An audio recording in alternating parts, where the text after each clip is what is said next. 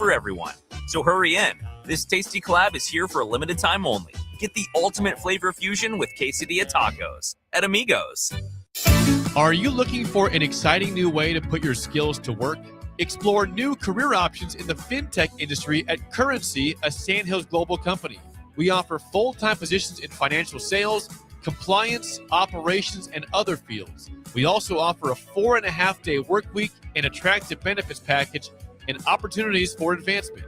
Put your motivation to work and grow with us at Currency. Visit gocurrency.com/careers to learn more. Sometimes good people make mistakes. When you find yourself in need of an attorney, call Liberty Law Group.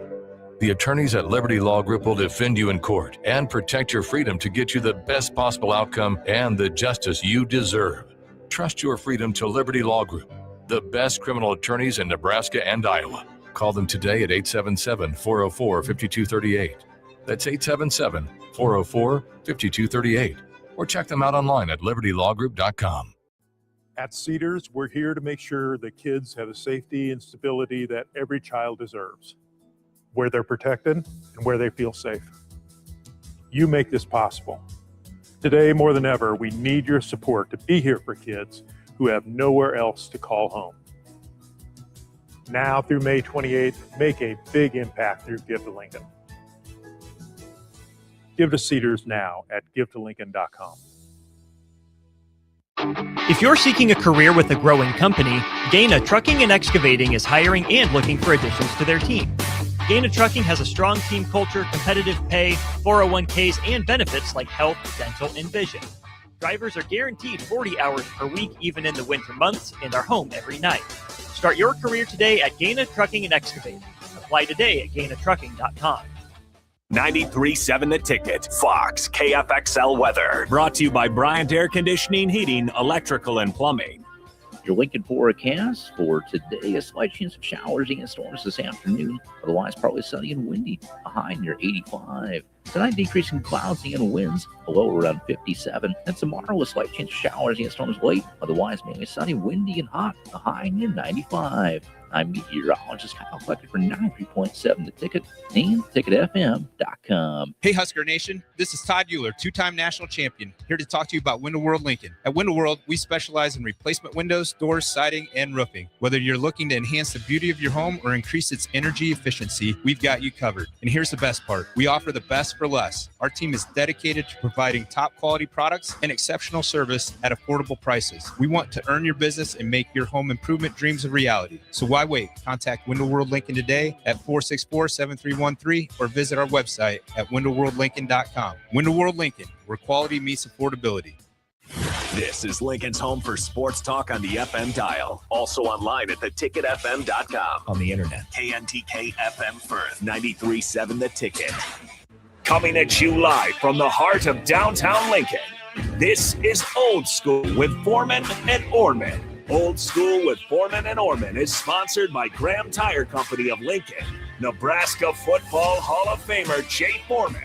Here's Troy Detmer dropping straight back in the pocket. Rifles a pass. It was tipped and picked off by Foreman. He's at the 15, 10, 5. He'll score! Foreman got it, and it's touchdown Huskers. Black Shirts answer the call one more time. And Austin Orman. Hour one of Old School is sponsored by Heartland of Nebraska Windows. Old School with Foreman and Orman on 93.7 The Ticket and theticketfm.com.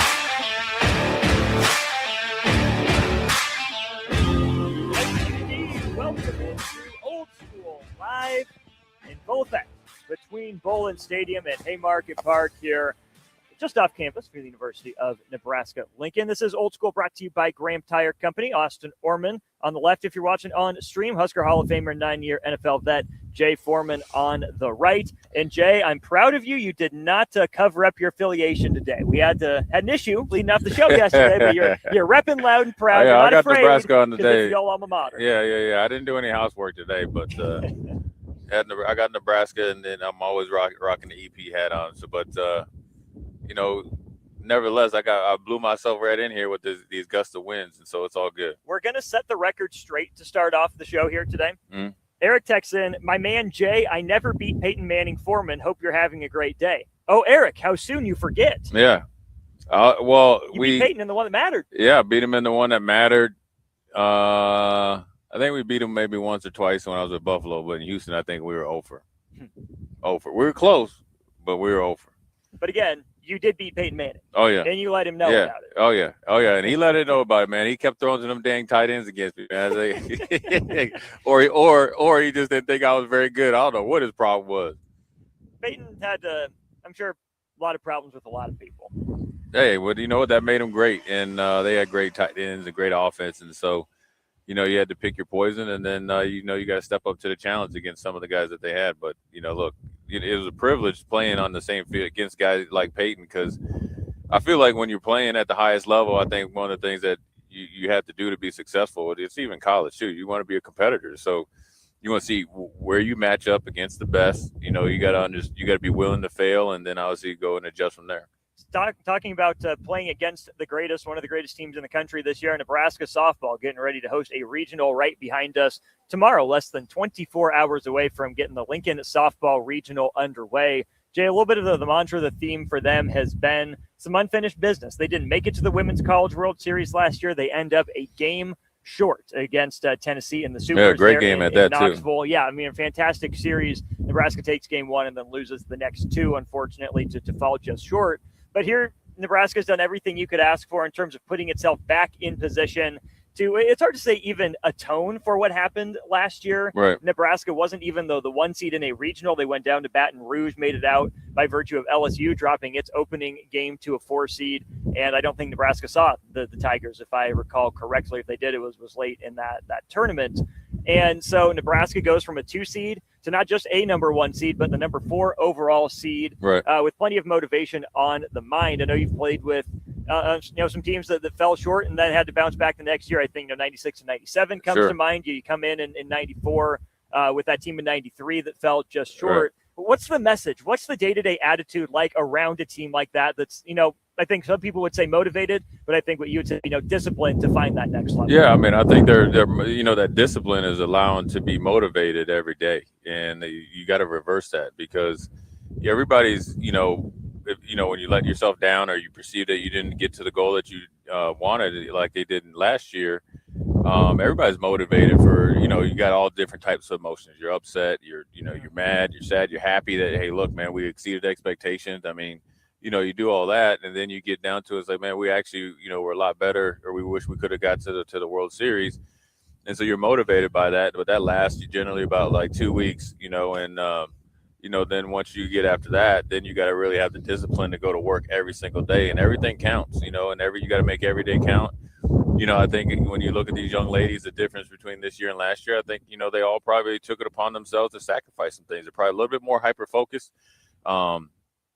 And then obviously, been there, done that. So, going through the process is second nature to them. And now they've been able to host a regional, and look, they've risen to every challenge that's been put in front of them and welcomed it. And that's where you get in your off-season training. And that's where, maybe they look and say, hey, look, we need to get better at that. We need to do this. We need to do that.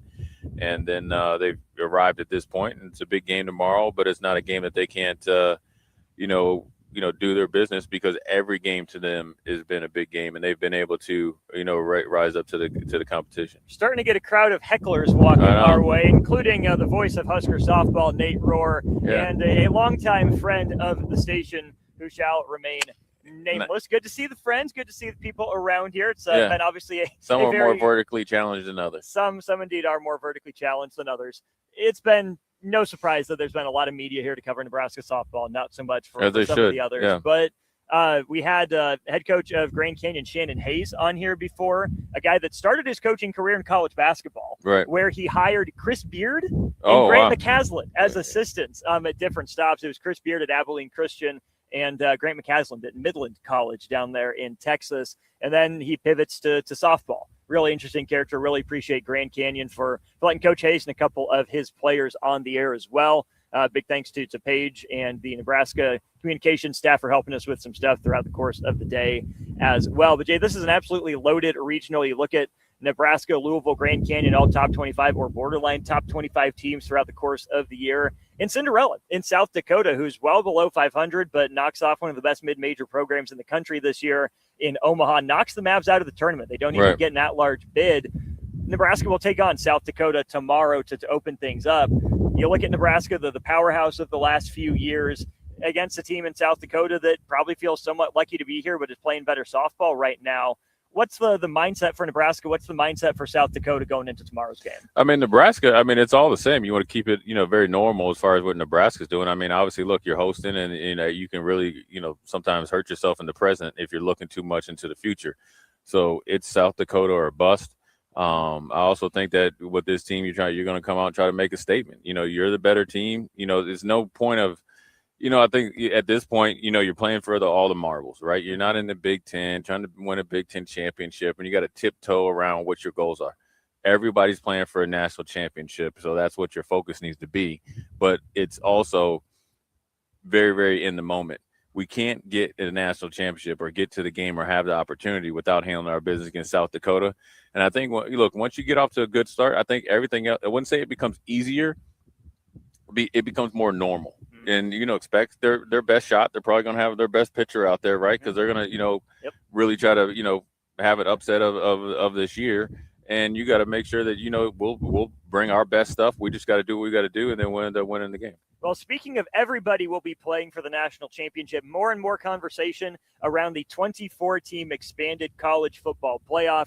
But, Jay, at an ACC media event, Jim Phillips and others have been made available, including the College Sports Commission president, right as soon as the Nebraska play flight decision came through.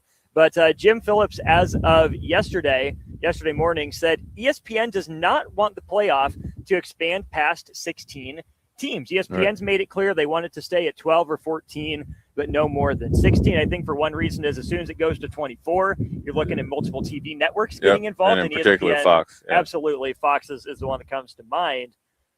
I'm going to be really curious to see what ends up happening, to see just how much power ESPN has over this process, because now the AFCA, the Coaches Association, has recommended it. We can get into that a little bit.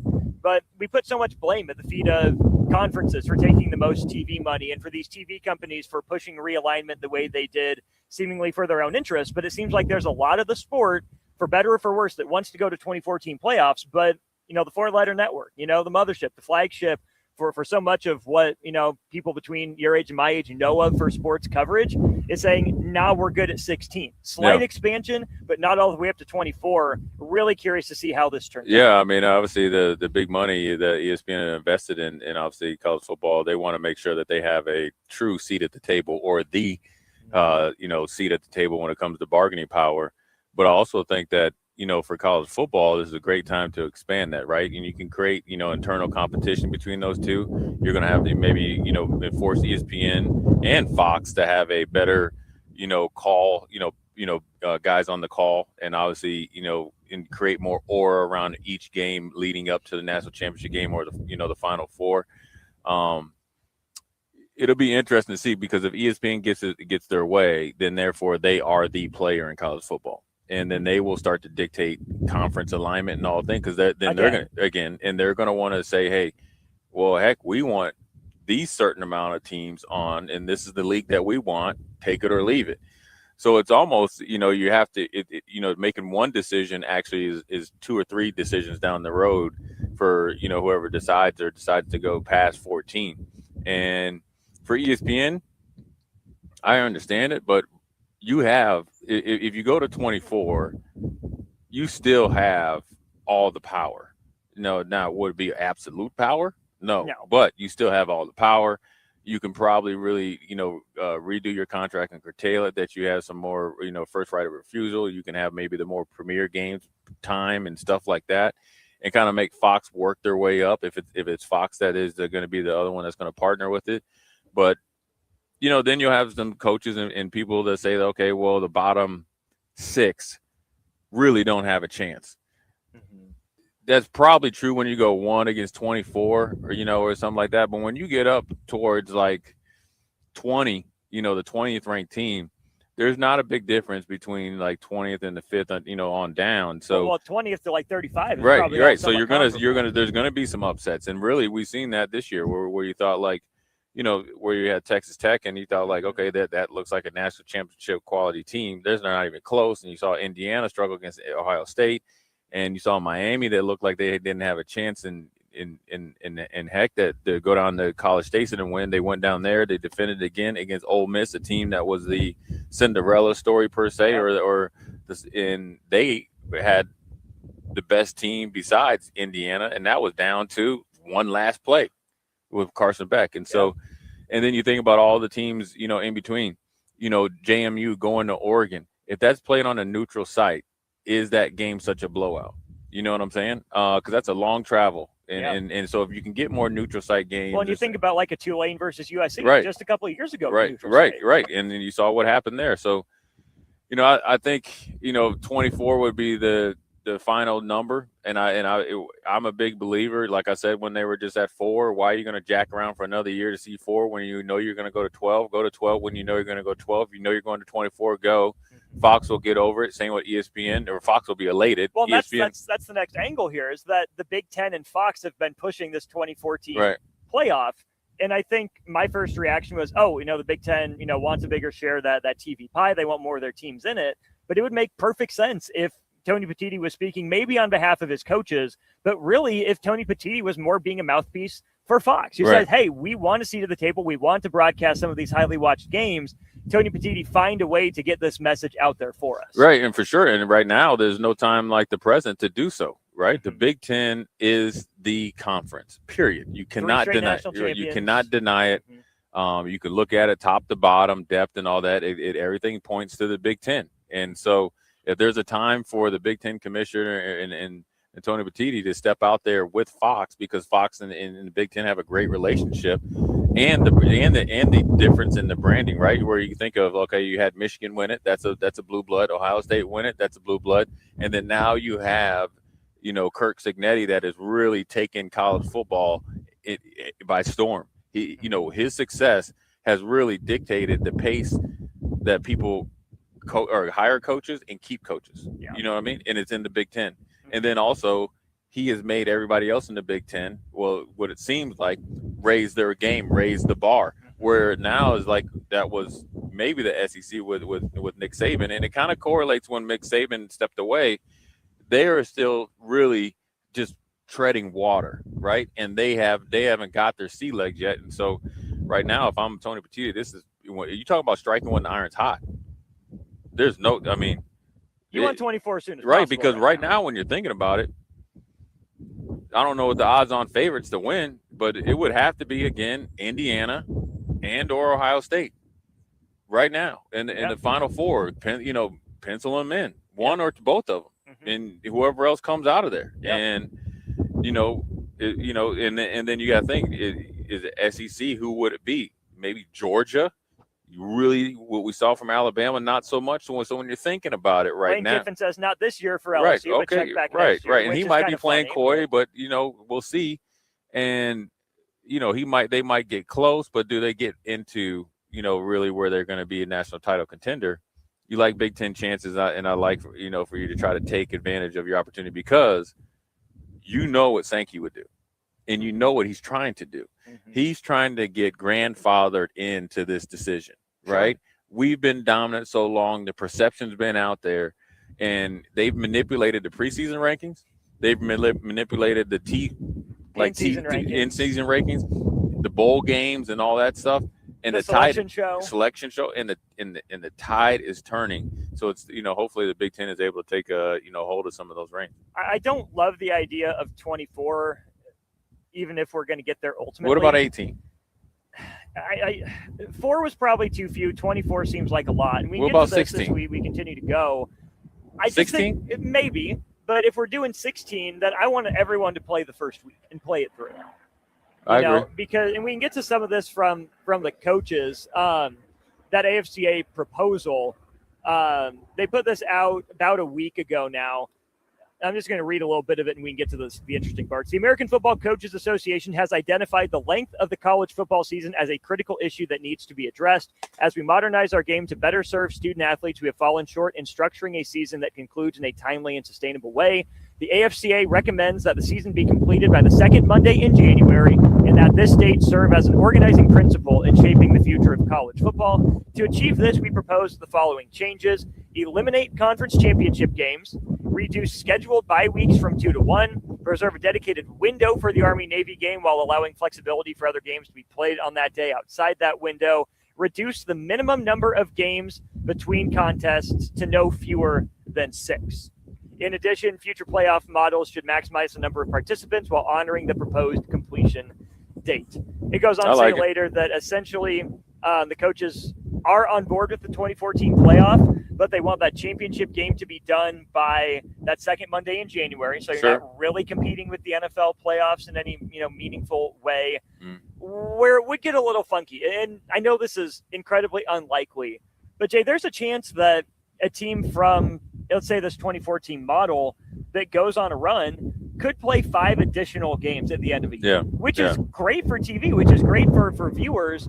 But what's the maximum number of games you can play in an NFL playoffs? You can play 4. Wild card, divisional, championship, and Super Bowl. And so if we're asking our college athletes to play more games than their professional counterparts, March Madness is a little bit different because it's, 2 games with a day off in between over the course of 3 separate weekends, whereas the NBA playoffs stick to a relatively normal travel schedule, slightly different. I like the idea of 16 and no conference championship games, so everyone can start playing the same week. I think you do home sites for at least the first round. I would say the first 2. Okay. Because you have a week between games. So that way, let's say the bracket goes according to plan, and 1-8 win, 2-7 win, 3-6 win, 4-5 win. The top 4 seeds would get 2 home games. The 5 through 8 seeds would still get a home game. And sorry if you have to go on the road back-to-back weeks, but guess what? You probably did that during the season as well. Sure. It's not out of the ordinary. I know conference championships have mattered for a while. I've never been a fan of the conference championship game winner getting into the tournament. I think the regular season means more and should mean more. I agree. And I think with all the concern that, 24 would ruin the meaning of the regular season, an easy way to make it matter again is to get rid of those conference championship games. The problem becomes that's a nice little extra game for TV. Yeah, it's big money in those games. And obviously the SEC championship is huge money. So they don't want to get rid of that. I think if you're going to switch it to having I'm gonna come at the point that let's work, backwards, right? Let's work from the very end to the front, right? So if we want the championship game that second and maybe the third Monday in January, right? That's fine. I'm good with that. That means that is the final game. Well, then you're going to have to decide what year you do that, and the teams that do make it far in that previous year, in that system, then you're going to have to just deal with it. Because our whole off season, that means our portal season is going to have to change, which is free agency. And then therefore our spring game allocation of practices are going to have to be adjusted. I'm all for that. Right. And sure, you're going to have to work around when school starts, but that's small, right? Especially the state. Exactly. And so, you got to, I would like that if we're going to change to go back to 1 bye week, and we're going to end in the second or third week in January. If we're going to be 16 or 24, whatever it is, then once we make that decision, we already started at the end. Then we got to go from the very beginning, and we got to change that as well. Because if you think you're going to have the same off season and then you're starting early, you can't do that. That means you're going to have to change the live period. That means you're going to have to change recruiting. That means you're going to change the official visits. Not much though, because kids can come. If you have an NFL model and you do June, like a June mini camp, well, there's no better time for a kid to take an official visit when they're actually out there competing, right? When they're actually out there practicing, and they're here for like 24, 48 hours anyways. And so it actually works out better. It's more efficient. You don't lose your momentum. The schedule's set, and it doesn't affect high school football either. Now, if you're a multi-sport kid that plays basketball, you're going to college to play football. So your high school coach is going to have to be okay with it on the basketball side. But I think if you go to that, I think you need to set that time where this is the year we're going, and I'd rather sooner than later, right? And then you work immediately from the start, and you adjust that as well. 2 thoughts on that. Number 1, what if we went back to an 11-game regular season that's actually on the schedule, but then that final game, week 13, this would be at the 1 bye week, you have your top 2 teams in your conference meet at whatever your neutral site would be, and then you do like the Big Ten did with that Champions Week back in 2020, where it'd be like a crossover, a matchup that you didn't see. I know that would be a bit of a hassle for these teams to try to maybe get a hotel in another city. I don't know if you're at home or on the road. Right. But maybe you can announce that, 2 weeks ahead of time. Yeah. So for this year, it would be, and of course it's tough with, Nebraska, Iowa always being the last game of the regular season on Black Friday, Nebraska, Oklahoma back in the day. But what if you would have it announced like right after for this year, the Nebraska-Ohio State game, hey, you have your Black Friday game, but conference championship weekend as we used to know it, that's going to be your 12th game. It'll help you maybe qualify for a bowl or improve your bowl seating or standing. And, by, 2 weeks in advance where you're going to go or, who you're going to play at the very least. My other thing would be, do you think that we would need to shut down college football for a year to reset the calendar? Or would you be able to just make one like quick switch and it's going to feel really condensed, one off season, we're really rushed, but you're able to keep the train on the tracks and moving as opposed to coming to a complete stop, essentially just giving out a free year of eligibility a la COVID to make sure that everything is lined up in the way you need it to go. No, you don't need to shut it down because we're dealing with some of the after effects of COVID right now, right? Where you got 25 to 24, 25, 26, 27-year-old guys that were just finishing college within the last year or two. So I think, look, part of being a champion, and it's just like no different you win the Super Bowl, your off season is very, very short. Now you have to be strategic now with all the resources you have in order to get the most out of it. But I do think there's enough off time when you're in that hunt because, look, when you just look at Kirk Cignetti in Indiana, as they were going to the national championship, making their run, they were getting commitments out of the portal. Yeah. So, it's not like they were, yes, they were hyper-focused on winning because obviously they did it, but they also know there was business to be had.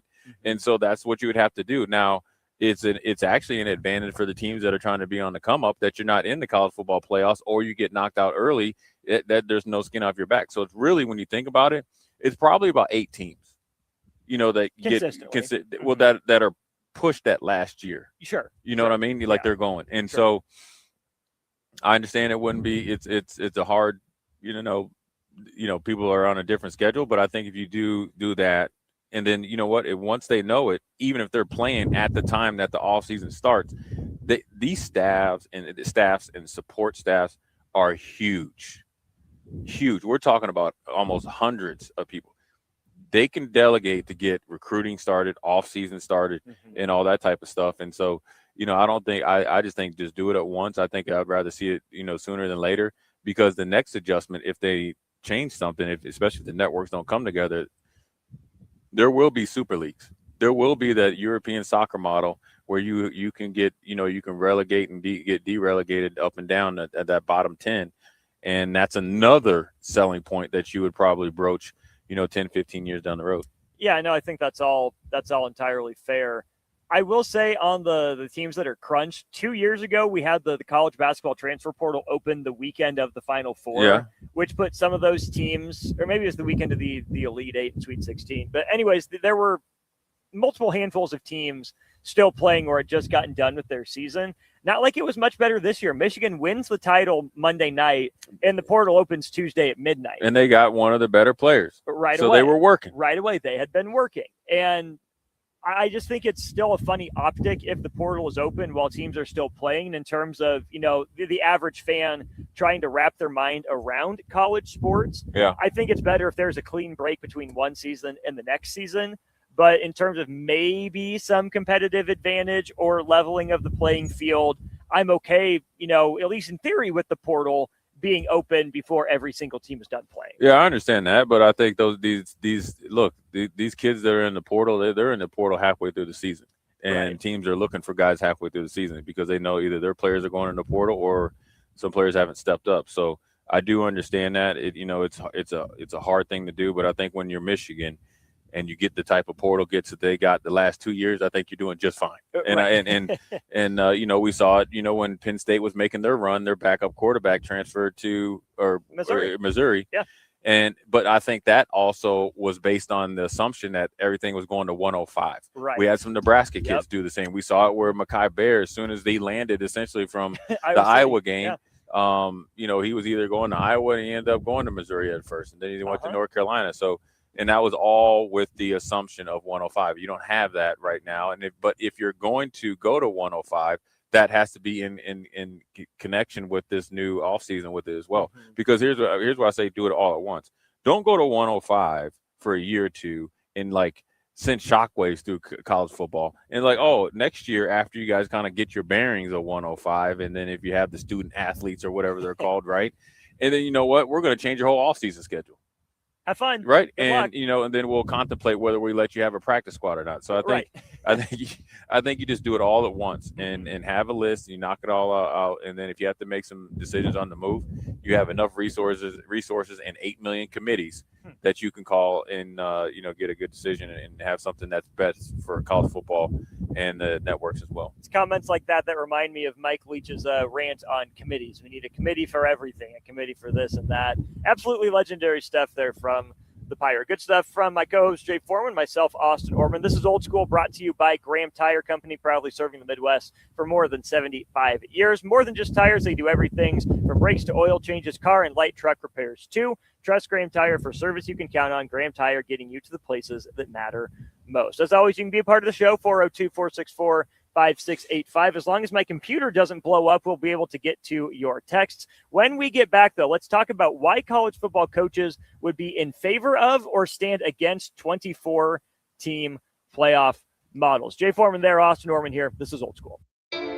You're listening to Old School with Jay Foreman and Austin Orman. Download the mobile app and listen wherever you are on 93.7 The Ticket and theticketfm.com. Hey, USA, it's your 250th birthday, and Amigos brings the party. The Yankee Burrito is back. And what's more American than a hot dog? In a crispy tortilla. This summer, the All-American Twist is back too, for just $3.99. There's festive layers of red slushy, white soft serve, and blue slushy with whipped cream and a cherry on top. Celebrate freedom, flavor, and fun in every bite with a Yankee Burrito and All-American Twist, only at Amigos. When tacos and quesadillas join forces at Amigos, something seriously delicious happens. Quesadilla tacos. Crispy on the outside, gooey on the inside, folded taco style, and stuffed with bold seasoned flavor. It's like your favorite quesadilla and taco teamed up for the ultimate spring fling. With Tex-Mex, chicken, supreme, or steak, Amigos has a quesadilla taco for everyone. So hurry in. This tasty collab is here for a limited time only. Get the ultimate flavor fusion with quesadilla tacos at Amigos. Are you looking for an exciting new way to put your skills to work? Explore new career options in the fintech industry at Currency, a Sandhills global company. We offer full-time positions in financial sales, compliance, operations, and other fields. We also offer a 4.5-day work week, an attractive benefits package, and opportunities for advancement. Put your motivation to work and grow with us at Currency. Visit gocurrency.com/careers to learn more. Right now in Lincoln, neighbors are facing hunger and homelessness, and they need our help. Your donation to Matt Talbot Kitchen and Outreach for Give to Lincoln Day helps provide nutritious meals, safe shelter, and life-changing support. Your gift goes even further thanks to matching funds from the Lincoln Community Foundation. Working together, we can make our community stronger by ensuring that everyone has access to nutritious food and a safe place to sleep at night. Give to Matt Talbot today or anytime through May 28th at givetolincoln.com. Nominations for the Step Forward Awards are now open. These awards are the state's most prestigious awards for volunteerism, and we need your help to find outstanding volunteers from your region of the state. If you know a volunteer who deserves to be honored for their service, visit serve.nebraska.gov and click Nominate Now. Nominations must be submitted by June 1st. Paid for by Serve Nebraska, aired by the Nebraska Broadcasters Association and this station. Sometimes good people make mistakes. When you find yourself in need of an attorney, call Liberty Law Group. The attorneys at Liberty Law Group will defend you in court and protect your freedom to get you the best possible outcome and the justice you deserve. Trust your freedom to Liberty Law Group, the best criminal attorneys in Nebraska and Iowa. Call them today at 877-404-5238. That's 877-404-5238. Or check them out online at libertylawgroup.com. Lincoln is full of great golf courses in a state that is getting national recognition for exceptional golf. Friend Country Club is worth the drive, just 40 minutes from Lincoln and home to one of the state's most respected 9-hole courses. Enjoy their restaurant with popular items like a 14-ounce ribeye, 10-ounce sirloin, or chicken fried steak. Open Thursday through Saturday from 5:30 to 10 p.m. Expand your horizons with a trip to Friend Country Club, just 40 minutes southwest of Lincoln. It's worth a visit. Remember your first Salt Dogs game? Maybe it was a class trip out on the berm, or date night with actual fireworks, or team building that didn't feel like work at all. For 25 seasons, Haymarket Park remains Lincoln's place for firsts like these, the kind that last. Because it's more than a baseball game. It's the joy of being here together. These are the traditions that bring us home. So here's to you, Lincoln. Your local tradition plays on. Get your tickets at saltdogs.com. When something breaks, you want someone you can trust to fix it right. Empire Repair is now open in Waverly and ready to serve our community with reliable auto repair and maintenance. From routine service to bigger repairs, our team is here to keep you on the road. Stop by Empire Repair in Waverly or call 402-786-2224 to schedule your service today. Empire Repair, proud to serve Waverly. Select Plumbing and Utility has been serving Lincoln and the surrounding area for 14 years, and they're not slowing down. Select Plumbing and Utility handles all your plumbing needs from faucets and water heaters to full renovations, and they can even help with your heating and cooling needs. They're also Lincoln's underground experts, repairing and replacing broken underground water and sewer lines since day one. Contact Select Plumbing and Utility today at 402-560-6197, assuring excellence in every situation, opportunity, and challenge. That's 402-560-6197. It's the best time of the year to order a new John Deere planter from Landmark Implement during the early order program. Plan for success with the industry's latest technology. Upgrade to an Exact Emerge high-speed planter to cover more acres, increasing flexibility and productivity. Now is the time to lock in the best price of the year. Contact your local Landmark location to order your new John Deere planter and experience the Landmark difference. Hi, Sean Callahan here for Coppell Chevrolet, GMC, and GMC Truck Month is here. Absolutely huge discounts and 2.9% for 72 months. I also just wanted to share a little bit more about the Coppell family. They've been serving the Omaha and Lincoln and surrounding communities for over 50 years with great customer service and small town charm. That's always been our motto, and we absolutely will not be undersold. It truly is confident buying and confident driving. So come on in, meet the team, check us out at Coppell or at CoppellCars.com. All deals with approved credit. 93.7 The Ticket is Lincoln's home for Kansas City Royals baseball in 2026. Catch all the action as Bobby Witt Jr., Salvador Perez, Vinny Pasquantino, and a pitching rotation led by Cole Reagans try to lead the Royals back to the postseason. That's Kansas City Royals baseball all summer long. On the air in Lincoln at 93.7 The Ticket. Back to old school with Foreman and Orman on 93.7 The Ticket and theticketfm.com.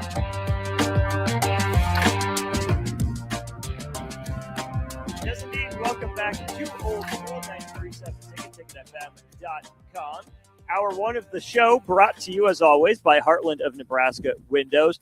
Family-owned and operated down out of Hallam, Nebraska. Heartland of Nebraska Windows has all sorts of great stuff going on. Free estimates, all vinyl triple-pane windows, lifetime warranties on everything, and more. Like I said, locally owned, family-owned, and operated with their own team of installers. Not contracting it out. It is Heartland of Nebraska Windows. You can visit them online at heartlandofnebraskawindows.com. You can also give them a call, 402-430-3852. Austin Norman, Jay Foreman with you here for Old School. Jays, we keep talking some college football playoff expansion. 24 teams is maybe not in the works, but certainly within conversations. The ACC, I think, is a little bit interesting. A team that had, until recently, thrown its weight behind the SEC model of 16 teams. Then all of a sudden the ACC and now the Big 12 as well switch up to the 24-team model. Interesting column from USA Today wondering why the ACC would go back to partnering with the Big 10 after the previous Big 10 ACC alliance that also included the Pac-12 ended up with the Pac-12 completely crippled at best, coming back in a new form next year in the ACC in less of a power position than it's ever been. What's the benefit to the ACC, the new Pac-12 that's coming, in the Big 12 of a 24-team model as opposed to a 16-team model? Well, I think there's two reasons. Well, number one, you want to partner with the best thing going right now, which is the Big Ten. And the Big Ten has probably been more rational and more open to partnering, right? And not dictating, right? And well, it was the Big Ten that did kind of stab the ACC in the back then. Yes, but it was just versus when you look at, okay, if I'm the ACC, what team from the ACC that was our blue blood and our bell cow that was going to go to the SEC? Florida State, right? Yeah. And it was a topic of discussion. I think 2 straight off seasons, right? Yep. Maybe even 3. And so there's probably things beneath that, right? And now Big Ten is the power player. You do have a previous, obviously relationship with them, but then also you were able to accumulate some teams from the Pac-12, but it doesn't mean that they're pushing you over the edge. And another big reason, which might be the biggest reason, is you might sincerely feel that you're starting to gain some ground nationally as far as your play on the field, top to bottom, right? Obviously, you have a great year of Miami. You're trying to say or try to forecast maybe North Carolina will at least be back to where they were with Mac Brown.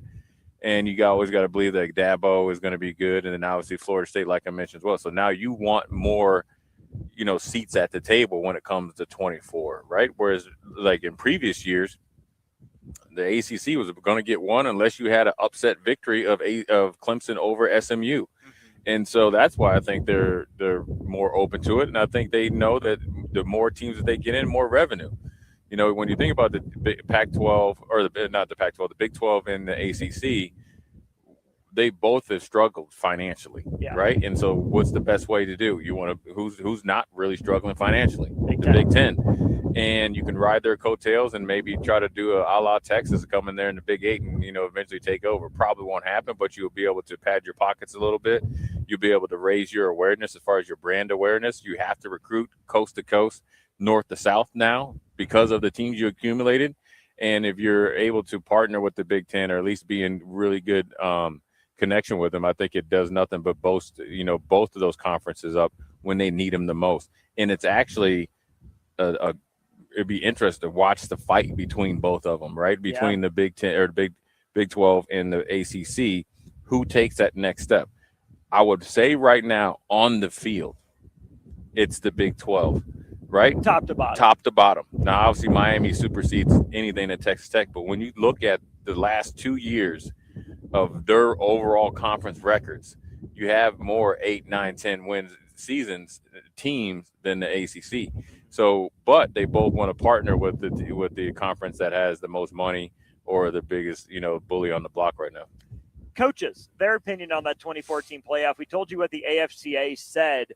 Do you think a 24-team playoff gives coaches more stability because there's more access, or less stability because, hey, there's 24 teams, how are you not making it? Be careful what you wish for, because then as much as it seems like it'd be easier for a blue blood, well, it's also easier for a Louisville or Georgia Tech or a Wake Forest, Virginia, right? And if they start making it with a little bit smaller budget, less brand awareness, not a blue blood, see ya, right? But I'll also think if you think you're on the cusp and you need let's go back to the Big Ten media days last year. Obviously, they didn't play to this level this year. PJ Fleck got up there and he was very, very convincing that they were less than 10 plays away from being in the college football playoffs. That Minnesota team could get in that 24, that one from 2 years ago could get in that 24-team national title hunt. That's why I think it's appealing to the coaches in general. It brings in more factors or more players that can get a seat at the table, maybe not consistently, but it will get you stability if you get there. Then you become a college football playoff coach. You get what I'm saying? So now it gives you the ability to go and obviously get your contract renegotiated, or you'll be able, if something happens, you get fired, you'll get hired probably more readily. So I think that's where the coaches are there. I think the 24-team playoff is worth the risk for the coaches, especially if I'm a coach that might be on a lukewarm hot seat, eventually might get hot, or you know what I'm saying? Because if you are on a lukewarm hot seat right now, in 2 years, that thing going to be fire hot. How different would James Franklin's Penn State career have been if he was winning 2 playoff games? He'd still be there. I think so too. He'd still be there. And this year or last year would have been just a it was kind of like when Dabo, or Dabo this year, you're going to get it. All right, look, we know you won 10, 11 games for a whole century. We'll give you the benefit of the doubt, or whole decade, excuse me. Yeah. And so, yeah, James wouldn't be there. I think they would, by him winning a couple playoff games, I think they would have been okay with a little bit of the intricacies of how he does things inside the, the athletic department or the facility. He's a little bit of a unique taste, I guess, right? He's acquired taste, I guess they like to say it, but I think he's very successful at what he does. And I think it wouldn't have, the fuse wouldn't have been as short if he had consistently a couple of playoffs wins. Is Lincoln Riley's career at Oklahoma still going on if it's a 2014 playoff? Yeah, because Oklahoma would already be in there, and then he wouldn't think he had to make a move like that. And now, when you get that type of paycheck from USC, that's maybe the moving factor, but I don't think he is out there fishing like he was majority of that season. I also don't think Brian Kelly goes to LSU either, right? Sure. I mean, when you think about it, Notre Dame, he felt like he was desperate to get to, more players that they needed to be on a national title level, but also I think the expectations that Notre Dame are curtailed or met by continually they're essentially right now grandfathered into the playoffs. So you get in there and you win a couple games, you already can kind of say we're on the cusp. Maybe you win one game, then you win two. Next thing you know, Brian Kelly's still there until he continues to rub people the wrong way. But I think it changes.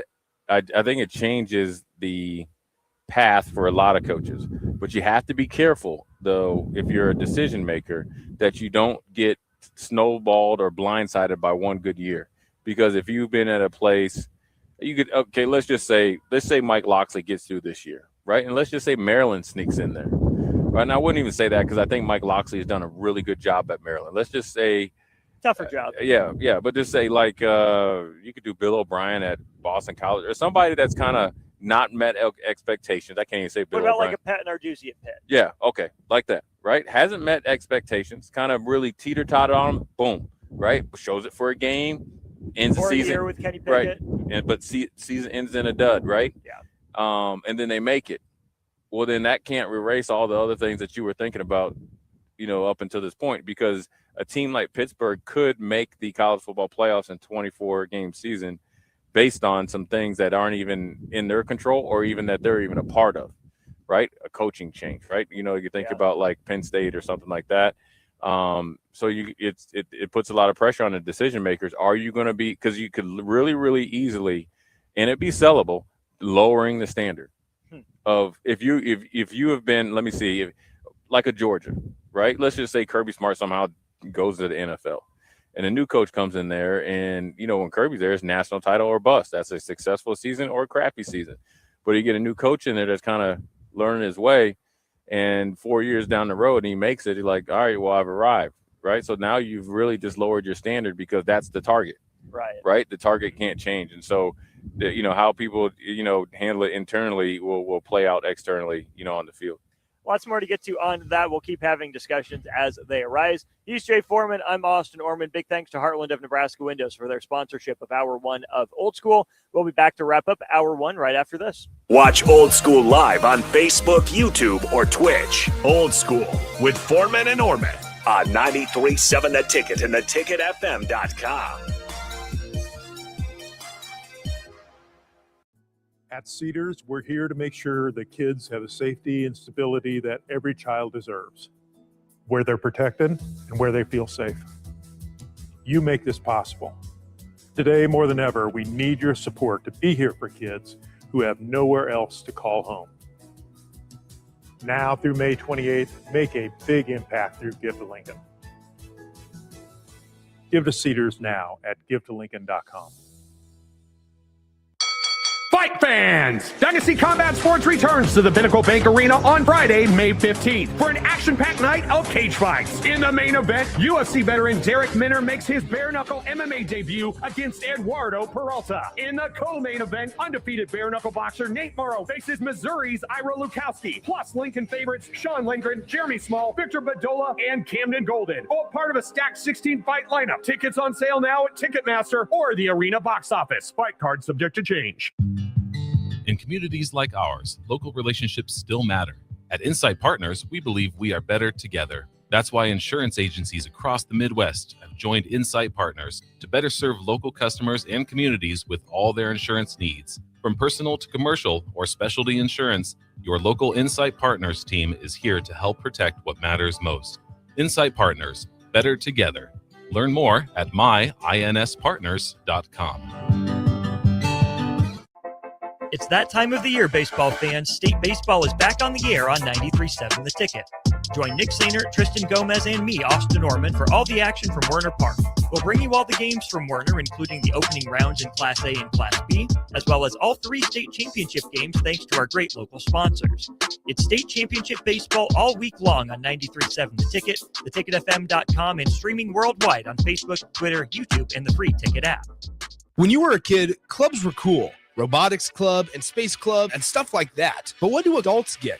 Book clubs and quilting clubs? Nah, forget that. How about margarita clubs and old-fashioned clubs? Get to Upside Bar and Lounge for the best clubs in town. Try all 10 varieties of Upside margaritas or old-fashions and take home a free souvenir glass. Grab the whole crew and pair it with taco night on Mondays or whiskey Wednesdays. Upside Bar and Lounge at 29th and Pine Lake. Concrete Industries has immediate openings for production laborers, operators, and drivers. Earn great pay starting at $21.50 per hour, plus health benefits, 401k, paid time off, and more. Right now, production laborers can earn a $1,500 hiring bonus, and drivers are eligible for a $2,500 hiring bonus. No experience? No problem. Concrete Industries offers on-the-job training and opportunities to grow your career. Start your future today. Visit concreteindustries.com. Hey there, this is Paul Scheel, owner of High Electric. I want to thank our friends and loyal customers and introduce High Electric to those looking for a new electrician. We've been serving the Lincoln and Omaha area for over 30 years, from design to install, upgrades, and repair. If you are a homeowner or a small business needing some electrical work, call us at 402-466-6606 or check us out at hyelectric.com. We look forward to hearing from you. Bauer Underground has been serving local contractors and utility contractors all across the state since 1997. When you see the black and white trucks, you know that the best workers in the business have arrived. Bauer is currently looking for equipment operators, laborers, diesel mechanics, and aerial linemen. Join the brotherhood built on hard work, authentic people, and a pedigree of success. They're offering top-notch benefits, a matching 401k, and a $600 per year clothing allowance. Bauer Underground, a family-friendly company with plenty of room for advancement. If you want to make new floor shopping easier, come to O Street Carpet. Hi, I'm Steve Carper. Our flooring professionals can help you choose the best flooring for you, your family, and your budget. We eliminate the confusion. Even better, you'll be enjoying your new flooring much sooner. No 6 or 8 week waits. We'll install right away and save you money on installation. Floor shopping made easy every day at O Street Carpet. O Street Carpet. 1732 O Street. Family owned and operated. Always the best value. Rico here with HIS Auto Care at 70th and Van Dorn, letting you know HIS is a great place to bring your vehicle for service. With superior service bumper to bumper, we'll treat your vehicle like it's your mother's. Doesn't get any better than that. So call 402-488-8934 and HIS Auto will make you glad you did. 5% off, mention this ad, and for sure your mother will be proud you called. 402-488-8934, HIS Auto Care, 70th and Van Dorn. God bless you. Select Plumbing and Utility has been serving Lincoln and the surrounding area for 14 years, and they're not slowing down. Select Plumbing and Utility handles all your plumbing needs, from faucets and water heaters to full renovations, and they can even help with your heating and cooling needs. They're also Lincoln's underground experts, repairing and replacing broken underground water and sewer lines since day one. Contact Select Plumbing and Utility today at 402-560-6197, assuring excellence in every situation, opportunity, and challenge. That's 402-560-6197. Hi, Sean Callahan here for Couple Chevrolet, GMC, and Chevrolet. And GMC Truck Month is here. Absolutely huge discounts and 2.9% for 72 months. I also just wanted to share a little bit more about the Koppel family. They've been serving the Omaha and Lincoln and surrounding communities for over 50 years with great customer service and small town charm. That's always been our motto, and we absolutely will not be undersold. It truly is confident buying and confident driving. So come on in, meet the team, check us out at Koppel or at koppelcars.com. All deals with approved credit. 93.7 The Ticket is proud to provide listeners with daily opportunities to win contests and prizes on our airwaves, and would like to take this opportunity to remind you of a couple rules. All participants must be 21 or older and must wait 30 days after winning a prize to participate in another contest. Once you win, you have 30 days to pick up your prize at the KNTK Studios, 1040 O Street in Lincoln, where your prize will be forfeited. Thank you for participating in our contests, and thank you for listening to 93.7 The Ticket. Back to Old School with Foreman and Orman on 93.7 The Ticket and theticketfm.com.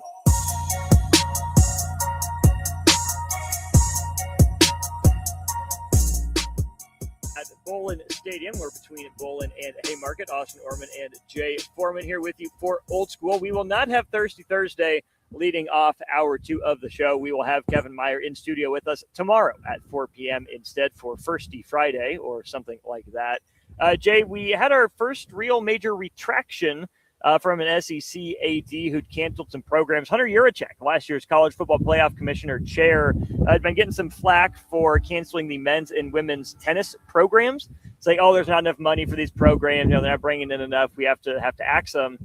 Within a couple months, he puts out a statement today. Well, after reevaluation and some conversation with some donors, there's enough passion, enough money here that we're able to recommend to the board that these programs be reinstated and the head coaches get working on having a 2026-27 season. It's funny how the money is always there. Yeah, when you look for it, you can find it, boy. Which, what a weird mark to have canceled seasons, axed programs, gone through all that heartbreak just to end up back here. I'm glad for those student athletes' sakes. Right. I mean, I think there's always been enough money there. It's more about a spending issue than an earning issue in terms of the money. So better late than never, better right than wrong. But how much heartburn and negative pub could have been avoided if you would have just done the right thing in the first place and gotten your football spending under control. Yeah, I think the risk assessment group failed. Research firm. Yeah, whatever that research firm was that looked like, okay, this is the positive and negative. You were fired. You were horrible. But ultimately it's good that they had was able to retract it and rethought it. But I wonder what's going to happen to some of the athletes, the student athletes that maybe have left. Will they be welcome back? And do they have to, what process is that and all that other type of stuff? And what type of coach can you get? Because you obviously know an AD in a school that doesn't, if they do have to actually cut something, it's going to be you. But also it's a great challenge to come in there and try to make your, whether your tennis program or whatever, more valuable to where they can't. And so it's a great opportunity as well. But obviously it was a misstep and miscalculation. Isn't the first, won't be the last, but I'm sure that conversation was awkward at best about when he had to walk that back, his statement, and dice it up. And so the PR firm did a really good job. Mm-hmm. The research firm and the risk assessment crew did not do a very good job. I do not recommend them for anybody else. And so we'll see what happens to come in the future. But also I think maybe it's a good, eye-opening experience. Like, what, we need to get our big sport, our big ticket items spending under control. Mm-hmm. And just because we have it to keep that doesn't mean that we overspend wherever that may be. I know that, and we can talk about this to lead off hour 2 of the show. There's a lot of numbers floating around out there about how much it costs to assemble a roster in college basketball and college football. You can't even see it. Right. How real are those numbers? We had some comments from Troy Dannon that I want your thoughts on when we get back for hour 2. But I think an underrated, method and, approach for schools is savings. They'll tell you about it, and maybe there's more savings going on than we know about. But in the race for first, for biggest, and for best, are these programs, these schools spending themselves out of fiscal responsibility because they know the gravy train's going to keep rolling? Oh, we get $75 million from Fox as part of our Big Ten payout. Hey, guess what? We have $75 million to spend. Yeah. Not necessarily. What would it look like if you said, oh, we want to spend 50, we're willing to go up to 60, but we have 15 mil that we in reserve. In reserve, right? To just put into savings, to reinvest into personnel, into people, whatever it is. We get the numbers. I don't have them pulled up in front of me for what it actually costs to run a big money athletic department, certainly like Nebraska's. But on top of the TV revenue, the ticket revenue, the concessions revenue, now the alcohol stream revenue, the revenue that they're going to get from hosting softball concerts at the new and improved Memorial Stadium. Seems like there should be a lot more money around to where canceling sports shouldn't be an issue, to where you should be adding, women's flag football like Nebraska is, or women's wrestling that's been a big one, or could Nebraska, get soccer on both sides, just examples up and down the list. I get that adding those programs, it comes at a cost. They don't earn revenue, but that should be essentially a line item write-off for these big money athletic departments. Yeah, I totally agree. I think used to hear about schools and administrators and athletic directors really puff their chest out and say, look, we were able to not cut corners, save, be more fiscally sound. This is what we have in reserves for a rainy day. That way we are able to operate as freely as we need be when time is right. And I think sometimes when you're getting these TV contracts and all this other stuff and you're getting NIL money, people are still going to games or whatever their, selling point is. Sometimes you can be like, well, we got it. You might as well spend it versus like, we got it. Let's use it when we need to and we'll save it. So we'll see what happens because, as finicky as we just talked about a school and administrators cutting a sport, do not think those networks aren't as finicky. Right. And if they see a better product out there, they will find a way to pay to get out of that contract, and you're back to square one. So you don't want to get caught with your pants down from overspending. Our pants are up. We're not getting caught pants down by anything. Get blown off, though. I mean, seriously, I tightened my belt an extra notch or two just to be sure here today. This is Old School. We're live from Bowlin Stadium ahead of the Lincoln Softball Regional getting started tomorrow. Number 4 overall seed Nebraska playing host to South Dakota and then Louisville and Grand Canyon as well. He's Jay Foreman. I'm Austin Orman. Hours 2 and 3 of the show ahead on the ticket. You're listening to Old School with Jay Foreman and Austin Orman. Download the mobile app and listen wherever you are on 93.7 The Ticket and theticketfm.com. Sometimes good people make mistakes. When you find yourself in need of an attorney, call Liberty Law Group. The attorneys at Liberty Law Group will defend you in court and protect your freedom to get you the best possible outcome and the justice you deserve. Trust your freedom to Liberty Law Group, the best criminal attorneys in Nebraska and Iowa. Call them today at 877-404-5238. That's 877-404-5238. Or check them out online at libertylawgroup.com. This is Lincoln's home for sports talk on the FM dial. Also online at theticketfm.com. On the internet, KNTK FM Firth, 93.7 The Ticket. Are you looking for an exciting new way to put your skills to work? Explore new career options in the fintech industry at Currency, a Sandhills global company. We offer full-time positions in financial sales, compliance, operations, and other fields. We also offer a 4.5-day work week, an attractive benefits package, and opportunities for advancement. Put your motivation to work and grow with us at Currency. Visit gocurrency.com/careers to learn more. Select Plumbing and Utility has been serving Lincoln and the surrounding area for 14 years, and they're not slowing down. Select Plumbing and Utility handles all your plumbing needs from faucets and water heaters to full renovations, and they can even help with your heating and cooling needs. They're also Lincoln's underground experts, repairing and replacing broken underground water and sewer lines since day one. Contact Select Plumbing and Utility today at 402-560-6197, assuring excellence in every situation, opportunity, and challenge. That's 402-560-6197. Concrete Industries has immediate openings for production laborers, operators, and drivers. Earn great pay starting at $21.50 per hour, plus health benefits, 401k, paid time off, and more. Right now, production laborers can earn a $1,500 hiring bonus, and drivers are eligible for a $2,500 hiring bonus. No experience? No problem. Concrete Industries offers on-the-job training and opportunities to grow your career. Start your future today. Visit concreteindustries.com. Remember your first Salt Dogs game? Maybe it was a class trip out on the berm, or date night with actual fireworks, or team building that didn't feel like work at all. For 25 seasons, Haymarket Park remains Lincoln's place for firsts like these, the kind that last. Because it's more than a baseball game, it's the joy of being here together. These are the traditions that bring us home. So here's to you, Lincoln, your local tradition plays on. Get your tickets at saltdogs.com. Lincoln is full of great golf courses in a state that is getting national recognition for exceptional golf. Friend Country Club is worth the drive, just 40 minutes from Lincoln and home to one of the state's most respected 9-hole courses. Enjoy their restaurant with popular items like a 14-ounce ribeye, 10-ounce sirloin, or chicken fried steak. Open Thursday through Saturday from 5:30 to 10 p.m. Expand your horizons with a trip to Friend Country Club, just 40 minutes southwest of Lincoln. It's worth a visit. It's the best time of the year to order a new John Deere air seeder during Landmark Implement's early order program. Take your seeding performance to the next level with John Deere's advanced air seeding technology. Achieve precise seed and fertilizer placement. With innovative openers and section control, you can maximize efficiency and reduce input costs. Now is the time to lock in the best price of the year during Landmark Implement's air seeder early order program. Contact your local Landmark location for details and experience the Landmark difference. If you want to make new floor shopping easier, come to O Street Carpet. Hi, I'm Steve Carper. Our flooring professionals can help you choose the best flooring for you, your family, and your budget. We eliminate the confusion.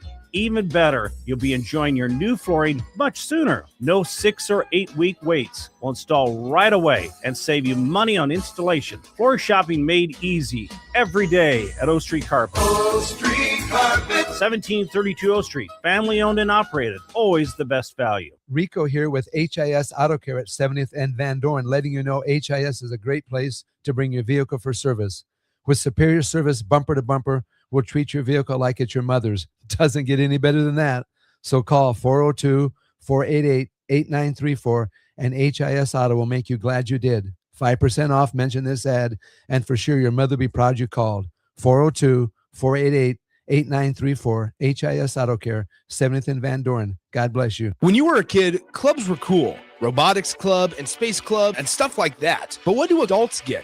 Book clubs and quilting clubs? Nah, forget that. How about margarita clubs and old-fashioned clubs? Get to Upside Bar and Lounge for the best clubs in town. Try all 10 varieties of Upside margaritas or old fashions and take home a free souvenir glass. Grab the whole crew and pair it with taco night on Mondays or whiskey Wednesdays. Upside Bar and Lounge at 29th and Pine Lake.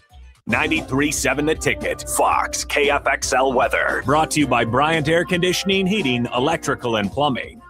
Your Lincoln forecast for today, a slight chance of showers and storms this afternoon. Otherwise, partly sunny and windy, a high near 85. Tonight, decreasing clouds and winds, a low around 57. And tomorrow, a slight chance of showers and storms late. Otherwise, mainly sunny, windy, and hot, a high near 95. I'm meteorologist Kyle Flecker for 93.7 The Ticket and ticketfm.com. Coming at you live from the heart of downtown Lincoln. This is Old School with Foreman and Orman. Nebraska Football Hall of Famer Jay Foreman.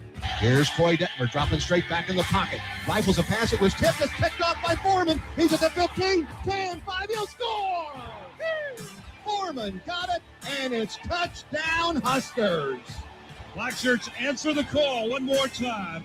And Austin Orman. Old School with Foreman and Orman is sponsored by Graham Tire Company of Lincoln. Your tire store next door with 4 Lincoln locations. Old School with Foreman and Orman on 93.7 The Ticket and theticketfm.com.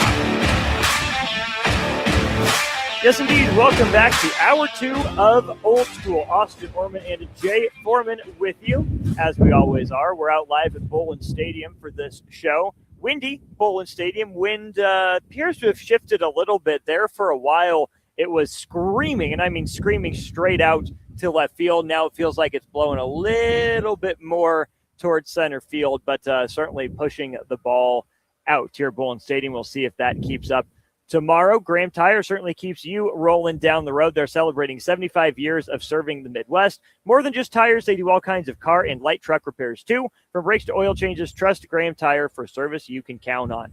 Apologies that our interaction with our Sartor Heyman Jewelers text line has been inconsistent. Like I said, the site runs slow. My computer's been running all day. So in order to keep the show rolling, we're hearing a little bit less from you, but we'll try to check in with your thoughts throughout the rest of the show. Jay, scrolling Twitter throughout break, saw some interesting stuff here from Kellis Robinette doing some writing and coverage for Kansas State for the Kansas City Star. Kansas State expecting a $6 million basketball roster with a new head coach in Casey Alexander and a $19 million football roster under Colin Klein, former Texas A&M offensive coordinator. They hire him away as Chris Kleiman announces his retirement after last season. This is out of nowhere, but maybe not shocking. That's a guy that won big, obviously, at North Dakota State, came in and did a more than respectable job, I would say, at Kansas State. The records for him: 8-5, 4-6, 8-5, 10-4 with a loss in the Big 12 championship game and the Sugar Bowl. Then they go 9-4, and a little bit of a disappointing year for them with some college football playoff expectations, but they still end up 9-4. Then 9-4 the year after that before dropping down to 6-6 this year. Got ranked as high as number 17 in the AP poll before the bottom fell out a little bit, but they did not choose to go to a bowl game with that 6-6 record. Big 12 financials, Big 10 financials aren't the same, but that's $25 million combined is what Gene Taylor is saying for football and basketball. Nebraska football on its own is blowing that out of the water by about $4 million on top of the, call it $8 million or so for men's basketball. But that's interesting in light of some comments from Troy Dannon yesterday on his radio show. Sam McEwen and others reporting this from his appearance on the Huskers Radio Network yesterday. Troy Dannon says, I see a lot of roster numbers out there floating around, and I don't believe a lot of them. But nonetheless, if School A touts that they're going to be able to provide their student athletes X, then Nebraska wants to be able, whether it does or doesn't, to have the same pathway to provide to our athletes. I think we all have to take with a big grain of salt the things we read and hear. A lot of deals schools are saying they've done, but they have not passed through the system yet. There's some people that frankly aren't paying attention to the rules, and we're not going to do that. We're going to follow the rules. Interesting, of course, on the heels of Monday's decision with Playfly, but also interesting in light of what Matt Rule has been saying. Matt Rule himself has talked about there being $30 and $40 million rosters in college football. Rule says the $30 to $40 million roster numbers are very real and potentially underestimated. Steve Sipple, our very own Steve Sipple, reported their college football playoff rosters that run over $50 million. Yet another case of, what do you believe? The people that say, yeah, there are rosters running up there at 2.5 times the entire rev share figure, or those who said, well, maybe take it with a grain of salt. Can both groups be right? They can both be right by technically. I'm sure there is a $40 or $50 million roster out there. But how's that really constructed? Remember, it was a couple years ago, Ohio State spent $20 million on their roster. It was retained NFL players. Right. Mm-hmm. So money well spent. Yeah. Penn State tried to do the same. Unfortunately, those players didn't perform at the level that they did the year before when they had their magical run, right? But I think on average, everybody's right in the same wheelhouse. And so, look, I look at it like we got a pretty dang good here, right? And I'm not going back at anybody that, whether it's Matt Rule or Troy Dannon. We got a pretty dang good. You got to continue to push the envelope. But I think the best thing we need to push is the players, and we need to do a better job or continue to do a good job of recruiting, developing, and analyzing players, and then the rest will take care of itself. Yeah. I think, it goes without a doubt, the offensive line was invested in. They look better. I think they brought in a couple linebackers that could prove to be fruitful. Now you got to make sure the guys in front of them are handling their business, and everybody that's supposed to be good is not only as good as they're supposed to be, but better, even when you need them the most. That's what makes your return on your investment worth it. We don't need you to, I guess if we spend $29 million, I don't need you to be the same player that I saw. I need you to be the same player and then some. And I need you to be that dude when it means the most. When it's the big game, I got to see you out there. I got to see you and everybody else that's supposed to be out there performing at the highest level. Now, as far as the money goes, I'll tell you this. I know there's teams out there that embellish their numbers and what they're paying players. They're looking at it as marketing. right? And it's like, hey, come here, we'll give you this. But once you sign with us, oh man, we forgot about that.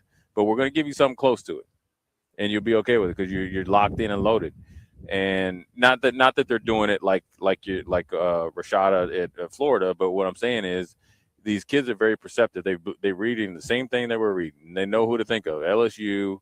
You're probably thinking of USC. You're thinking of Ohio State. You're thinking of whoever maybe Miami because of where they were able to go get Mensa and company. Thanks, Nevin Shapiro. Right, and they got, but you know what? They got it because they were one. They got $20 million for the beat Ole Miss, and they got probably another $20 million when they lost to Indiana. And So, you got to save all that because they played at home. right, they played at home. So you got to think they were able to do some things, by the byproduct of winning. So you're able to spend in a different way. Indiana is able to spend differently based on what they did on the field. Their roster last year was not as expensive as they were barely in the top 10 last year as far as in the Big Ten, as far as money spent. They're able to go and spend more, reward more, which is probably the most important thing. Reward the guys that have earned it more, maybe 1.5 times than you normally could based on what you did on the field and what that means for the whole football team and everything after that. But I don't think you're going to have 40 teams with, $40, $50 million. It would college football would implode. You have some teams that were overspent. You have Texas down there paying Arch Manning $4 million ever since he got in college. It's 50-50 if he's worth that $8 million that you spent. Right, we'll see this year, right? There's one player that's probably earned his money and probably needs some more, Jeremiah Smith. There's probably some others, but mainly him. What you're paying him, he's worth it. But that's where you have to really make sure that you have more than enough money to be comfortable and you have extra in the reserves to overextend for a Jay Foreman or Austin Orman. But you got to make sure everybody at home, meaning your roster, performs. That's where you make your most ground. You're paying the right guys, the right amount of money. Now, granted, if Austin, you played well, and I want to say you were making $100,000, I want to pay you $5. Well, Kansas State says I want to pay you $1 million. We dapping up. Do you need a ride? Right? Not that I don't love you, but can I buy you lunch on my way out? Right. We're not going to overextend ourselves for it. And then also, if we have a player that maybe is like Emmett Johnson. We paid him a decent probably rate, right? Starting running back. Yep. We had a certain amount allocated for that room. He was paid like a starter. He probably exceeded what he was going to get paid. He would have got paid more if he came back, but it might not have fit in your wheelhouse. And so that's where you really do your due diligence is guys that are able to outperform the contracts. I think you also want to structure the contracts that guys can be rewarded for good play. And then that's how you are able to retain players. And that's how you will be able to re-up players. So when you think about your money, as your pool of money grows, then your excess and reserves to go and do big things, and maybe if you want to take some chances, grows as well, because the growth inside of that money is already really calculated and accounted for by good play and good rewards and really good contracts. It's already in there. So you don't have to worry about like Malachi Toney, right, where he had in his contract, if he hit certain things in his contract in his first year, I know this because I asked my dad, heard first thing, the second year he's already good. So he doesn't have to worry about picking up the phone. He's good to go. And so let's jump off on that point there. I still struggle to see how like performance bonuses could be written into contracts. Right. In terms of it wasn't necessarily performance bonuses. Right. It was essentially it's a mutual agreement if you're that dude. Now who's that dude?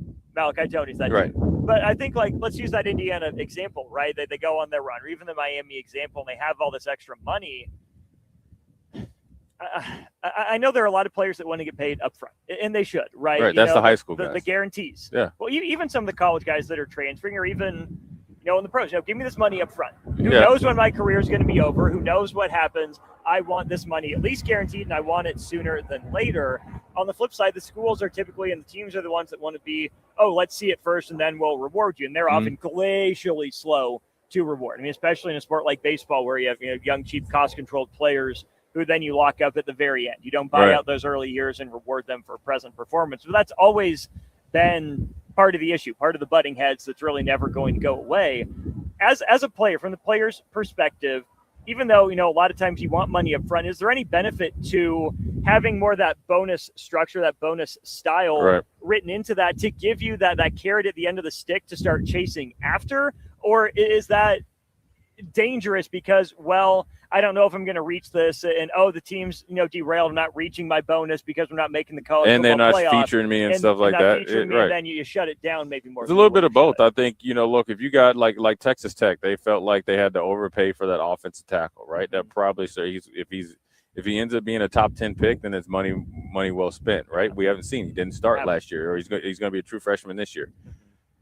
For some of those guys, I mean, for me, if I was coming out of high school, sure, I want, a going rate for whatever I was ranked, right? But then also you're not signing 1-year contracts anymore. Right. You're signing these contracts. It's almost like 2 contracts. This is what you're at as a freshman, and this is where you're at if you become a starter. And they, like for instance, like Dylan, he probably had a couple different, escalators. If he comes in and he's a backup, this is what he's getting, right? He's going to be a backup. If Dante Moore left and he wins the starting spot, this is probably what the paying rate might not be the highest, but it's going to be a rate that he's okay with.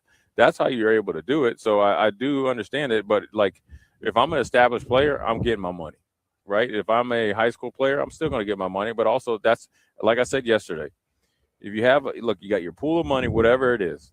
We got it for our active players. That means guys that we've seen play, the guys that we know, that's where we're at. And then we have our pool for our high school players. That's why you will always have some reserve money if Austin Orman decides to decommit from Ohio State because they signed another safety. Well, then here we go. I can bring you in and I can pay you the same rate or whatever that we can get going from there.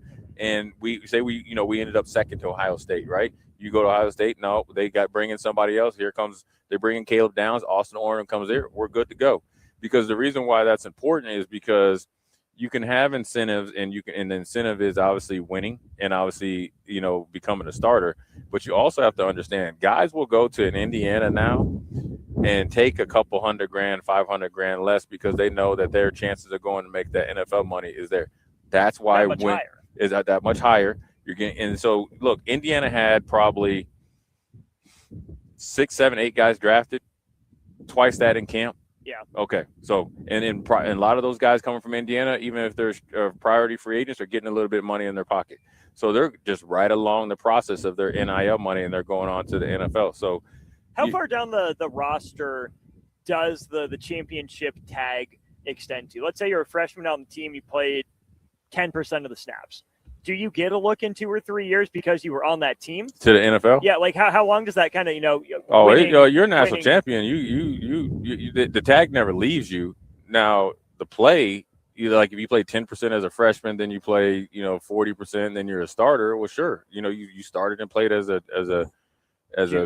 junior, sophomore, junior, as a freshman, you were a national champion. And it's all based on what you do, your last year and your last 4 games in the second to last year is what's going to help get you drafted. So it helps, but it helps in recruiting. It helps in to be able to very, very efficient. That's why you saw Kirk Cinetti go get Hoover. They knew about Hoover a long time ago. Mm-hmm. So they signed him. He knows it. Look, Mendoza's going number 1. You ain't coming and getting more than him. No, you're going to get a little bit of uptick based on supply and demand, but we picked you. Yeah. You need us more than we need you, because if Hoover said no, I guarantee you Sorsby would have been thinking about going there for a little bit less than what he was getting. Going back because he started. Oh yeah, he would have came back, but he would have took less than that 5 million. Texas Tech is willing to throw that money around out of desperation to keep up with the Joneses, but they have Jones's money. Whereas like Indiana, the Ohio States, they're able to say, look at these rings, right? Look at these guys getting drafted.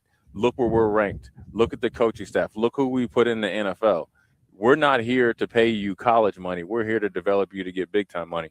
And so that's why when you're, I guess, setting your standard and you're looking for players, I want winners.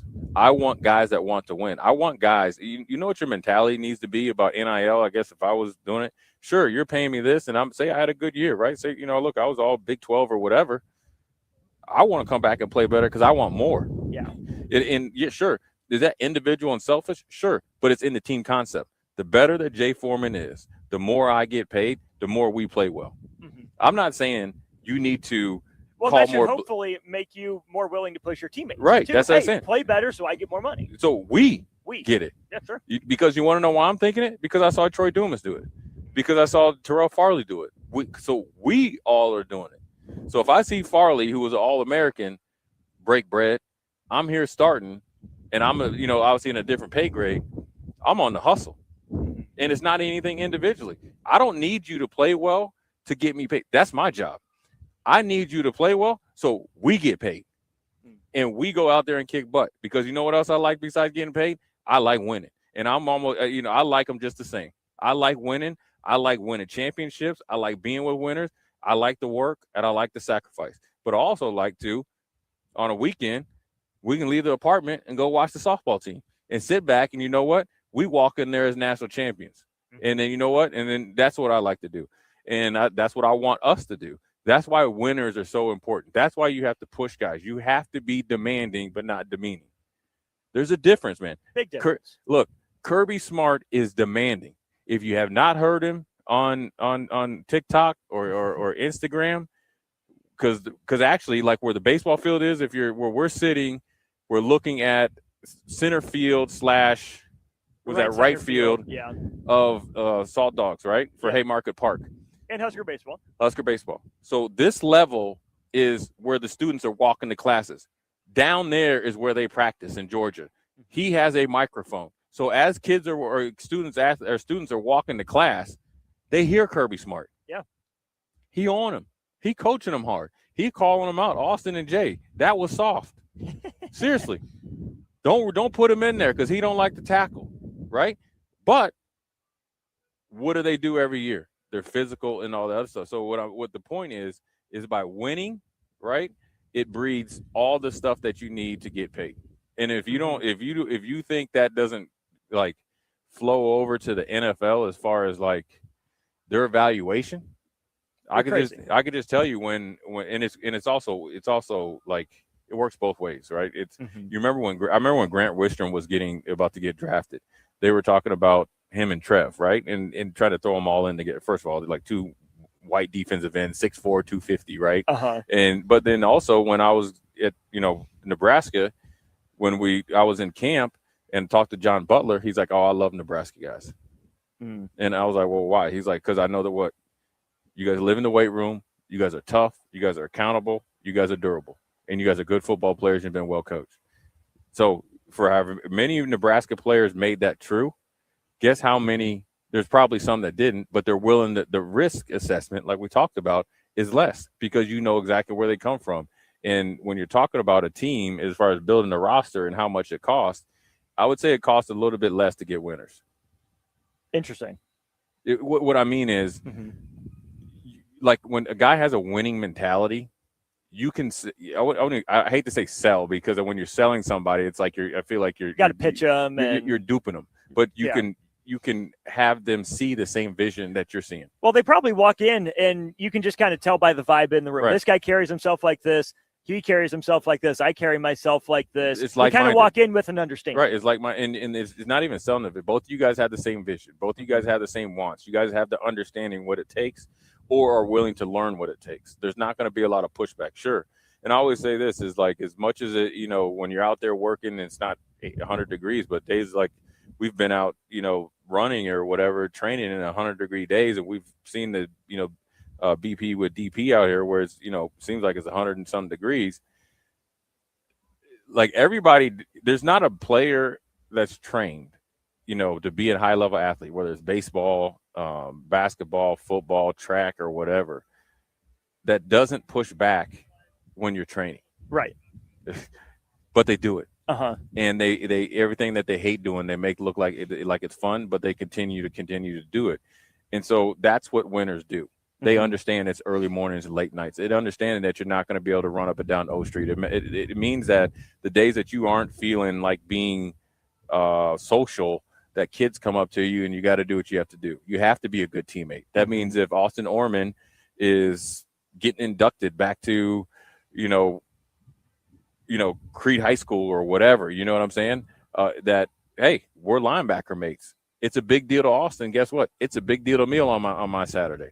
That's what it takes. And that comes from experience, but that's what happens when you're able to say it costs less because the money for a winner, the money's going to be the money, right? Yeah. So So let me see. I assume you're making me a fair offer. Right. You know, it's about the money, but it's not. I assume that you're coming with your best. You know, that I'll come with my best. Right. Probably going to When work. Caleb Downs got off that plane from Tuscaloosa to Columbus, Ohio, the money was the money. Yeah. Caleb Downs was the Caleb Downs. Mm-hmm. He wanted to make sure the vibe of Ryan Day, Matt Patricia, and everybody else was what he needed and what they needed to work out the best for them. Yeah. Right? Mm-hmm. And him. And then the whole picture. Mm-hmm. And he goes, 10 or 11 to the Cowboys. Yep. That was going to happen if he went to Ohio State, Minnesota, Oregon. You get what I'm saying? Yeah. And so that's why I say it costs less, because where you have a guy that's not focused on winning, he's getting off the plane worried about one thing: what he can get in excess of what he actually deserves. Mm. You get what I'm saying? Because the going rate is the going rate. Not by no means did Caleb Downs take a pay cut. No. But he went to sleep at night knowing that he was getting a fair deal. They went to sleep at night knowing that they're getting the player that they were promised and what they've seen, and it's a win-win. Mm-hmm. Where it becomes a problem is where you put all your chips into the middle and you think and you pay for like a Omar Manning or a O'Shawn Mathis or somebody like that. Now O'Shawn, I think, was a little bit different because they weren't using him. They recruited him. They watched him and recruited him at doing one thing, got him here, and he did something else. So, but I'm just saying, as far as the return on investment and the rate, you don't have to worry about that. And that's how you construct the roster. But sometimes, you can go and think that you can overpay for guys, and sometimes it works. Jay Foreman there, Austin Orman here. A lot of good stuff on the state of college football, the rosters, what goes into it. We're your capologists. That's what we are. I mean, hire us. Yeah. We're solving your problems right, for man. you. It's even if it's just a side hustle. I can do that in the morning and come do a show at night. Yeah, we can do everything's done on Zoom anyways, right? Right. School and everything. Why you don't need us? You don't need to see us, right? That's why we have sunglasses and hats on, so Right. you don't really. We see might be us. AI. It doesn't matter. We'll leave that up to you to determine. Don't leave your car in the hands of fate. Go to Graham Tire. Make sure you get it serviced and checked out. We'll be back with more Old School live from Bowlin Stadium. Old School brought to you by Graham Tire. More of Hour 2 on the way. Watch Old School live on Facebook, YouTube, or Twitch. Old School with Foreman and Orman on 93.7 The Ticket and theticketfm.com. Graham Tire presents life's greatest adventures. Okay, buddy, here we go. Just keep your eye on the ball. All right, just swing right through it. Yeah, good job. Way to go. Hey, run it out. Okay.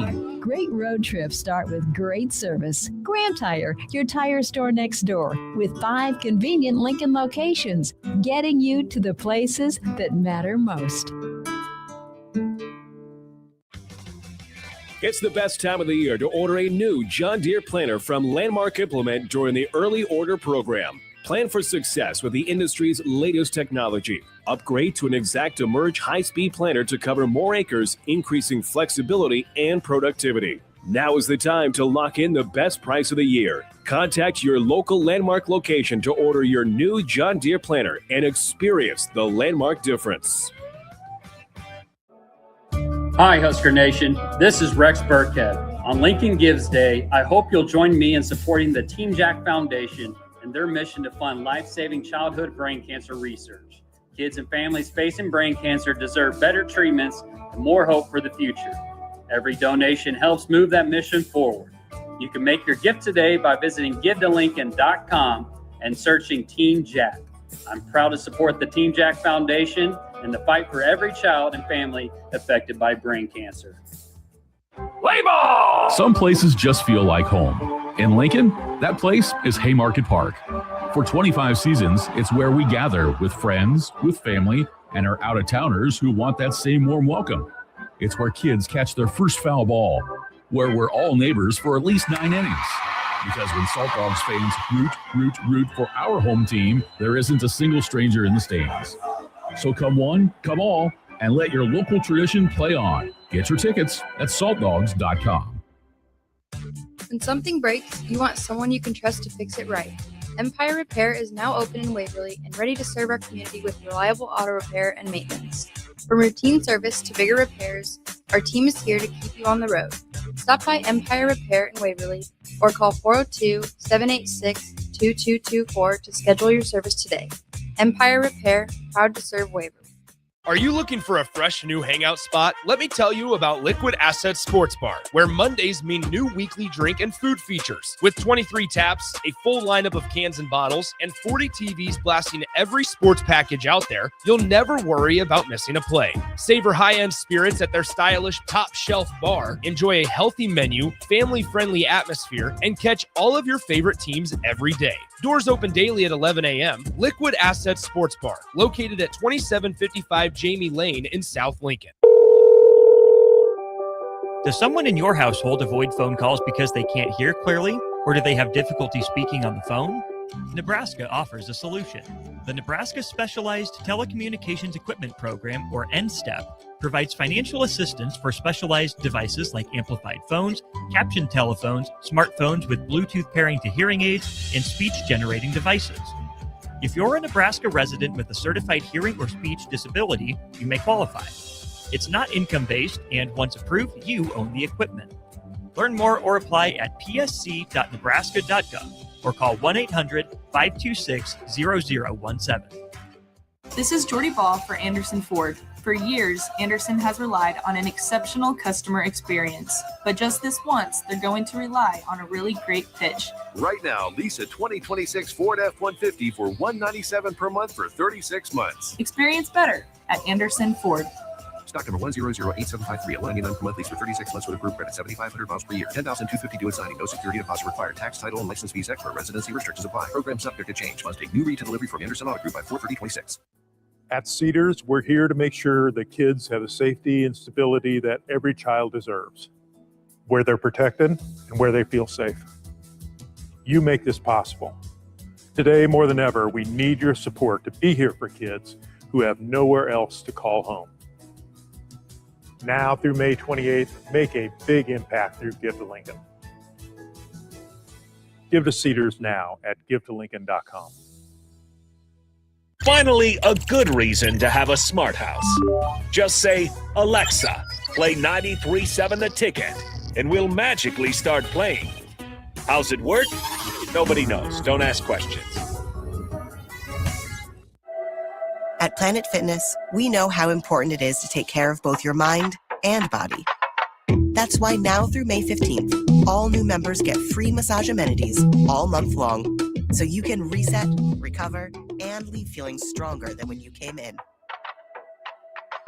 Join the club for just $1 down, $15 a month, and get free massage amenities for the month of May. No commitment. Deal ends May 15th. Planet Fitness.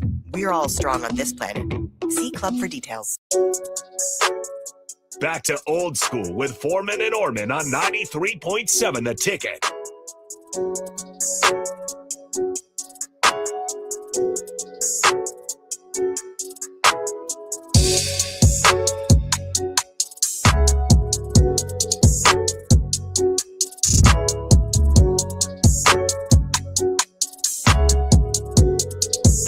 Welcome back in to Old School. Sorry, Harrison, we were conversating here in the background. Graham Tire sponsors Old School. Big thanks to Schwezo Construction as well, where safety isn't just a policy, it's a promise. Schwezo is hiring skilled craftsmen, laborers, concrete workers, and steel erectors who value quality work in a team that has your back on and off the job site. Apply today at schwezo.com. 40-plus years strong in business, Schwezo Construction. Jay, let's have another LeBron conversation. 41 years strong in business for LeBron James. Yeah. 23 years in the NBA. And I saw something that made me cringe on The Athletic today. There was an article put out. Candace Buckner is the one that wrote it. Here is the headline. If LeBron James truly wants to defeat Father Time, he should retire. That's horrible. It's horrendous. Yeah. It's terrible. I want to read a couple specific paragraphs here. For so long, LeBron has picked out the biggest, baddest bully known to every athlete time and made it bow to his whims. Even so, he should leave while he's ahead and still capable of blowing our minds. But before he makes us wonder why this balding, graying old dude in shorts can't stop anyone on defense, why he can't finish at the rim through traffic, why he can't lead a franchise back to a championship, despite being the recipient of one of the highest salaries in the league. We won't have to disparage the end of LeBron's career, however, if he actually decides to end his career. I think that might be the least charitable, worst framing for this that I've heard. And we're, 2 days post your season after he ending? averaged 20 Are you points kidding me? Yeah, I mean, it's look, Father Time jumped on LeBron when they overextended his minutes, and obviously in a 7-game playoff series or playoffs, is obviously it's more taxing than the regular season. But if you think that he needs to retire because he's at the still at close to the top of his game, that's the silliest thing you could say. You want him to get to the point that where he's actually not able to be effective, and obviously this last series was not it. I mean, obviously he was very effective against OKC, essentially playing at times 1-on-5, right? And without the type of help that you need to allow him to really show you his mind is actually even better, is able to lead a team over a team like OKC. So I think that's obviously when, look, I look at LeBron right now with people's takes, much like Nebraska sports, in particular Nebraska football. If you want some clicks, mention LeBron. And what's the easiest thing to do is compare LeBron to Jordan. He doesn't do this. He doesn't do this. He needs to retire. That's the easy thing to do. Not saying that he shouldn't retire if he want to, or that he could have, maybe played better at times this year. But that's the easy thing to do because those are easy articles, and that definitely would make any timeline. And actually, you got people all the way over here in Nebraska, like me and you, talking about it because they just lost. He plays for maybe the second most iconic franchise in the NBA, Celtics being number 1, Lakers number 2. And between the two of them. And, he's playing in the shadows of some of the all-time greats, Kobe, Shaq, and Magic, and obviously Kobe before. And he's always fighting the comparison, and he has a big personality. He's always had a lot of control. I think the reality of LeBron, and especially in L.A., is a story that needs to be told at a later time, and there will be other factors that will actually change the people's perception of LeBron in that present time. When you think about, you could talk about, okay, Bron got Bronny into the NBA. Well, Rob Pelinka is not anywhere close to the Los Angeles Lakers front office or in that building if him and Kobe weren't best friends. And if you talk about them winning, if you want to discredit the bubble championship, well, what did Rob Pelinka do? He pretty much was like Krause from the Chicago Bulls. I'm just going to blow the team up just because. Yeah. The role players that played huge, the veterans, JaVale McGee, Dwight Howard, KCP. We'll just get rid of him. See him. Yeah. Thanks. We'll keep Alex Caruso around, and then we'll offer you below market value. Then you go win a championship on the way to 2. Yeah. Right. But we have the ultimate. It's like you have the ultimate excuse. Just point to LeBron. Let's not say anything to defend some of our decisions. Nope. LeBron's fault. LeBron's credit. LeBron's fault. So I think that's where it's at. I mean, obviously, look, we said it yesterday. Every superstar goes through this. Jordan, the people said the same exact thing. I've watched it. I saw it. I started to believe it. They were saying he wasn't physical. He was flopping around. Maybe not to the extent of LeBron. He was getting all the calls. He was complaining all the time. Then he became the superhero, winning 6 championships. And then towards the end of his career, they're like, why is he even playing? Right? And then he was up there working. He's kind of doing a good will tour in good faith for the Washington Wizards. And then obviously he was able to go to the front office. But he nearly wasn't the player that people wanted him to be, or thought that he should still be playing. Same with Kobe. Especially his last year and maybe the last 2 years, it was the same thing that they were saying. He was hanging on too long, running off really good talent, and then next thing you know, he retires and unfortunately passed away. But everybody goes through this where they try, as fast as they try to get you to stardom, they try to usher you out. You're starting to hear some of it with Steph. There were people saying that Steph needed to retire this year. Oh, he can't play. He can't last the whole season. Are you kidding me? Are you kidding? Really? This dude, him? If he gets other players that around him that he doesn't have to do so much and drive and kick, dude, he might break his own records, right? And play less. And so, I think it's part of LeBron, it's part of the deal, and obviously when you're at that type of iconic figure, you got to just deal with it. Well, one in-sport comparison, then an out-of-sport comparison. People point to Michael Jordan, the consummate winner, a perfect 6 for 6 in finals, never lost when he got there. Had to fight through can't win the big one, can't get past the Pistons thing early in his career. But I've never understood this argument in terms of the age, knocking a guy for playing that long. It's still a relatively high level. Yeah. I also have never understood knocking LeBron for taking some of those teams to the finals. Think about, they got swept out of there by the Spurs. That was a well-rounded team. The Spurs? Yes. They're one of the best teams ever. Right. And look who LeBron carried there in his stint in Cleveland. Right. The one stinker you can say that he probably dropped in the finals, 2011 against Dallas. That game. One game that probably swung the series. You can Dallas say wins it. Whatever. One game, one series, it was it. Whatever. And he knows it. He knows it. He admits it. Yeah. Right. But then what did he do? Came back and beat a young up-and-coming Thunder team as the favorite, and then beat that Spurs team in 2013. Right. Now, turned around 2014, Spurs had revenge on their mind and lost it, but you split against them and whatever.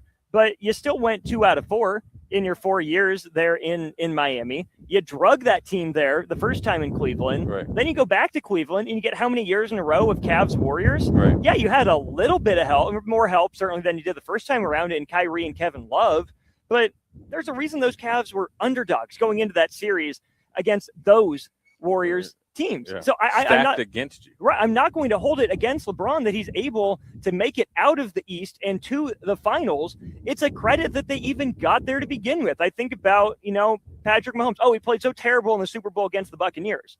Look at that team. Right. Look at that roster. Look at that offensive line that he Right. worked around. Then it all came crashing down in the Super Bowl. Yeah, of course he played terrible. It's on his resume. Sure. But you would expect it. He drug that team to that Super Bowl and did it, the backdoor championship the next year against the Niners or whatever, or 2 years later down the road, whatever it was. I hate that we hold guys getting to the highest level against them. We forget the context of it. They fell short, but they exceeded the expectations going in. Right, because on the flip side, if LeBron didn't keep going to dragging those Cleveland teams, and they're NBA players, but look, he was going against overmatched teams in those championships, and obviously NBA Finals. You're holding it against him for going and not winning. But if he didn't go, period, say he had a first and second round exit, you're not even good enough to get out of the first round. Jordan at least got him to the second round, and they got beat by Detroit for how many years? They lost to the Celtics and whoever for however many years, right? Yeah. So it's like whatever argument you want to have for the greatest of all time, if you want to base it on championships, technically it's not Jordan. It's obviously Bill Russell. If you want to look at individual and championship pedigree, it's probably Kareem over Jordan. Sure. Right? When you look at it, MVPs, all NBAs, scoring, changing the league, changing the league, how many championships, and all this other stuff. So it's whatever you want, and sure and I think look, I'm willing to bet a lot of the people that don't like LeBron.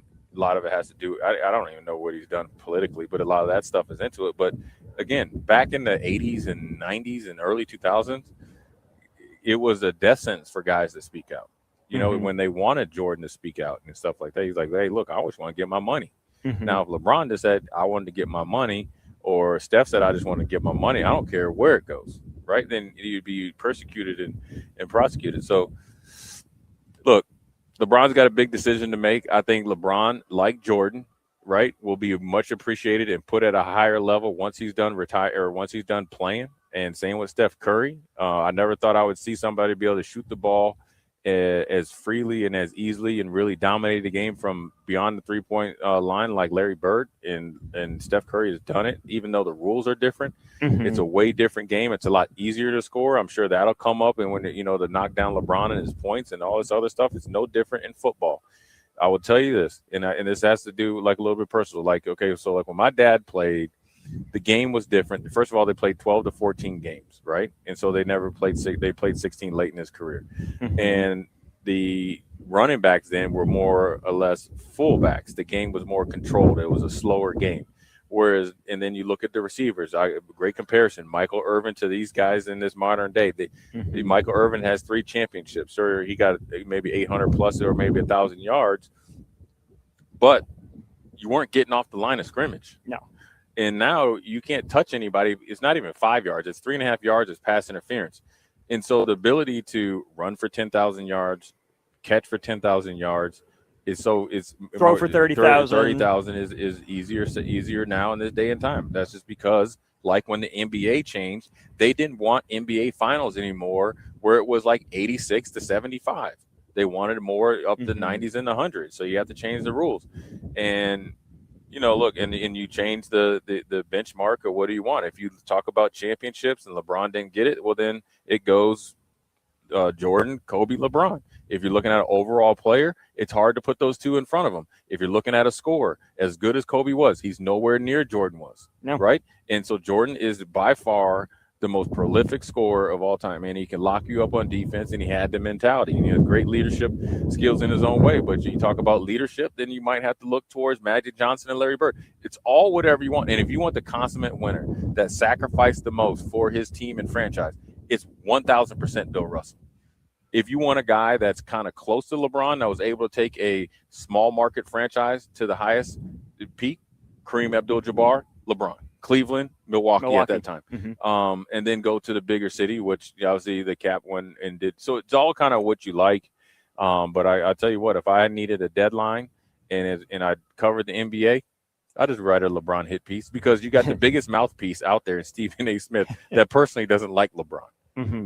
And yet shows up courtside the Lakers games. Right. And it's probably made more money being affiliated or saying or covering LeBron versus not covering LeBron. Yeah. And then what he's done, he's hitched his wagon to Jordan, because why? The ultimate thing is, like we talked about, the ACC and the Big 12. Let's hitch the wagon to the bell cow. It gives us more credibility. Stephen A. Smith has a ton of credibility, but the way that you go about it is make sure that you make the most money the easiest way, and that's what they've done. Credibility is a resource to spend. Yeah. You blow it when you do some stuff like that. He's got some banked, right? Positive credibility and negative credibility. And LeBron hasn't been perfect. No, the absolutely not. And all that stuff, and he's made his mistake, but every athlete has. Right.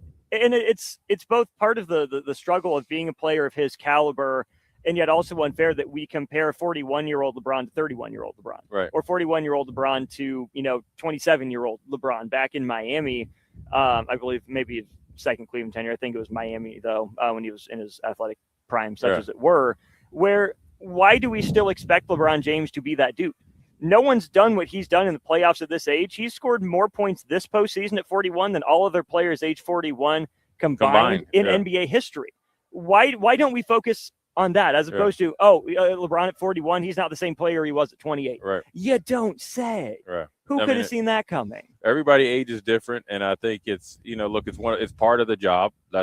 When you get LeBron knows he gets paid $50 million from the Lakers.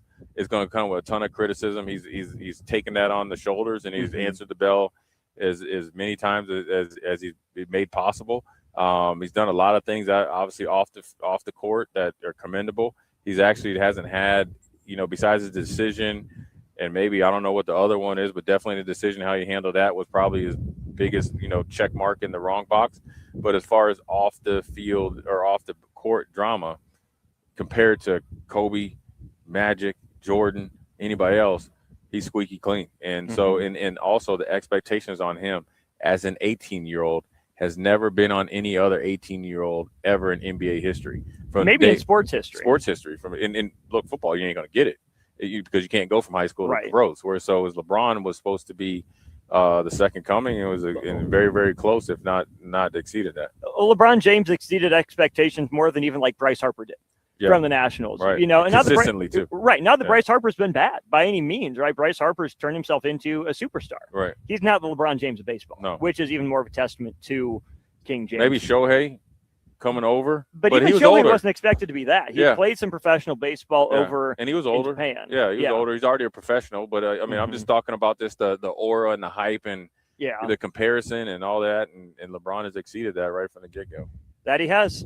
Jay Foreman, Austin Norman have exceeded the length of time for this segment. Harrison will keep the headsets on all break so we don't miss the intro playing next time. But come back with us to wrap up hour 2 of the show.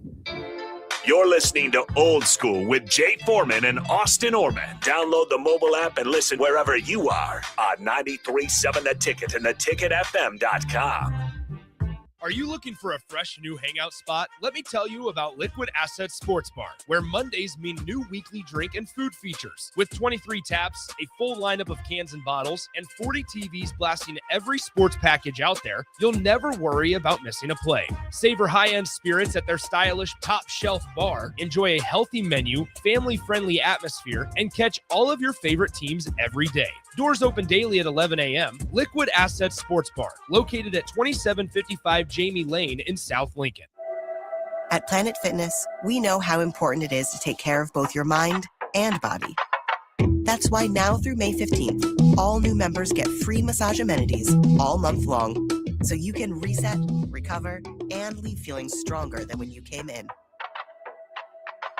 Join the club for just $1 down, $15 a month, and get free massage amenities for the month of May. No commitment. Deal ends May 15th. Planet Fitness.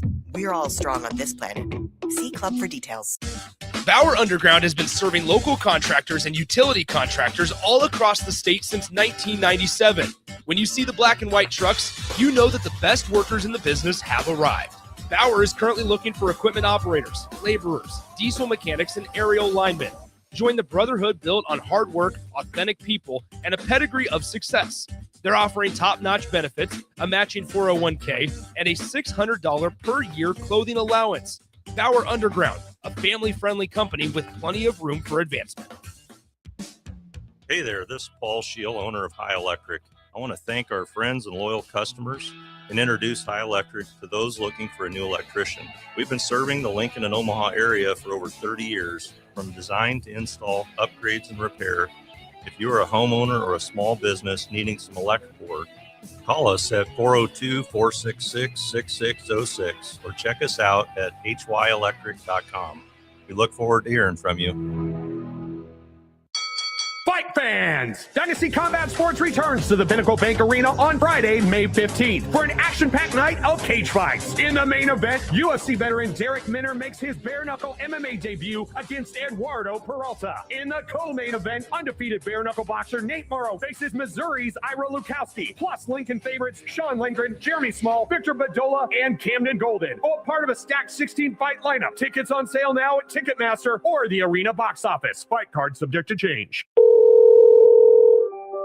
Does someone in your household avoid phone calls because they can't hear clearly, or do they have difficulty speaking on the phone?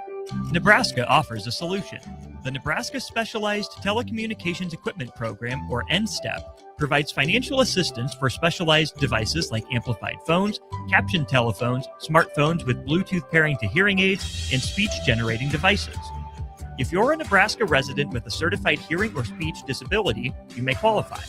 It's not income-based, and once approved, you own the equipment. Learn more or apply at psc.nebraska.gov or call 1-800-526-0017. 93.7 The Ticket, Fox, KFXL weather. Sponsored by John Henry's Plumbing, Heating, and Air Conditioning. Your Lincoln forecast for today, a slight chance of showers and storms this afternoon. Otherwise, partly sunny and windy, a high near 85. Tonight, decreasing clouds and winds, a low around 57. And tomorrow, a slight chance of showers and storms late. Otherwise, mainly sunny, windy, and hot, a high near 95. I'm meteorologist Kyle Flecker for 93.7 The Ticket and ticketfm.com. When something breaks, you want someone you can trust to fix it right. Empire Repair is now open in Waverly and ready to serve our community with reliable auto repair and maintenance. From routine service to bigger repairs, our team is here to keep you on the road. Stop by Empire Repair in Waverly or call 402-786-2224 to schedule your service today. Empire Repair, proud to serve Waverly. The end of the school year is drawing near, which means graduation parties are coming soon. Are you prepared for hosting? Führer's Cheese Spread is the dip that brings everyone together to celebrate graduations and the close to a great school year. And it goes well with crackers, meats, soups, and more. How could you consider throwing a party without it? Get to your local grocery store today and load up on Führer's Cheese Spread. No graduation party is complete without it. Rick Heyman here from Sartor Heyman Jewelers. I want to personally thank our great customers for voting us once again the best of Lincoln. At the same time, we're celebrating our 120th year in business in the great state of Nebraska. You can count on Sartor Heyman for the very best quality, value, and customer service. When it comes to your jewelry needs, visit us at South Point, Grand Island, and the Outlet in downtown Lincoln. Visit us today at sartorheyman.com, and thank you for your continued trust after all these years. At Cedars, we're here to make sure that kids have the safety and stability that every child deserves, where they're protected and where they feel safe. You make this possible. Today, more than ever, we need your support to be here for kids who have nowhere else to call home. Now through May 28th, make a big impact through Give to Lincoln. Give to Cedars now at givetolincoln.com. MHC isn't a new company, just a new name. Moe's Moving is now Moe's Home and Commercial. Whether moving across town or across the state, MHC Moving has you covered, specializing in home, apartment, assisted, and independent living moves. MHC can handle your commercial moves as well. MHC Moving has 0 hidden fees. You'll never pay for same-day booking or be charged for stairs, heavy items, or elevator fees. Rates are the same Monday through Saturday, and you will never pay a truck or fuel surcharge. And they offer payment plans through PayPal. Call MHC Moving today at 402-853-7167 or go to mhcmoving.com. Back to Old School with Foreman and Orman on 93.7 The Ticket.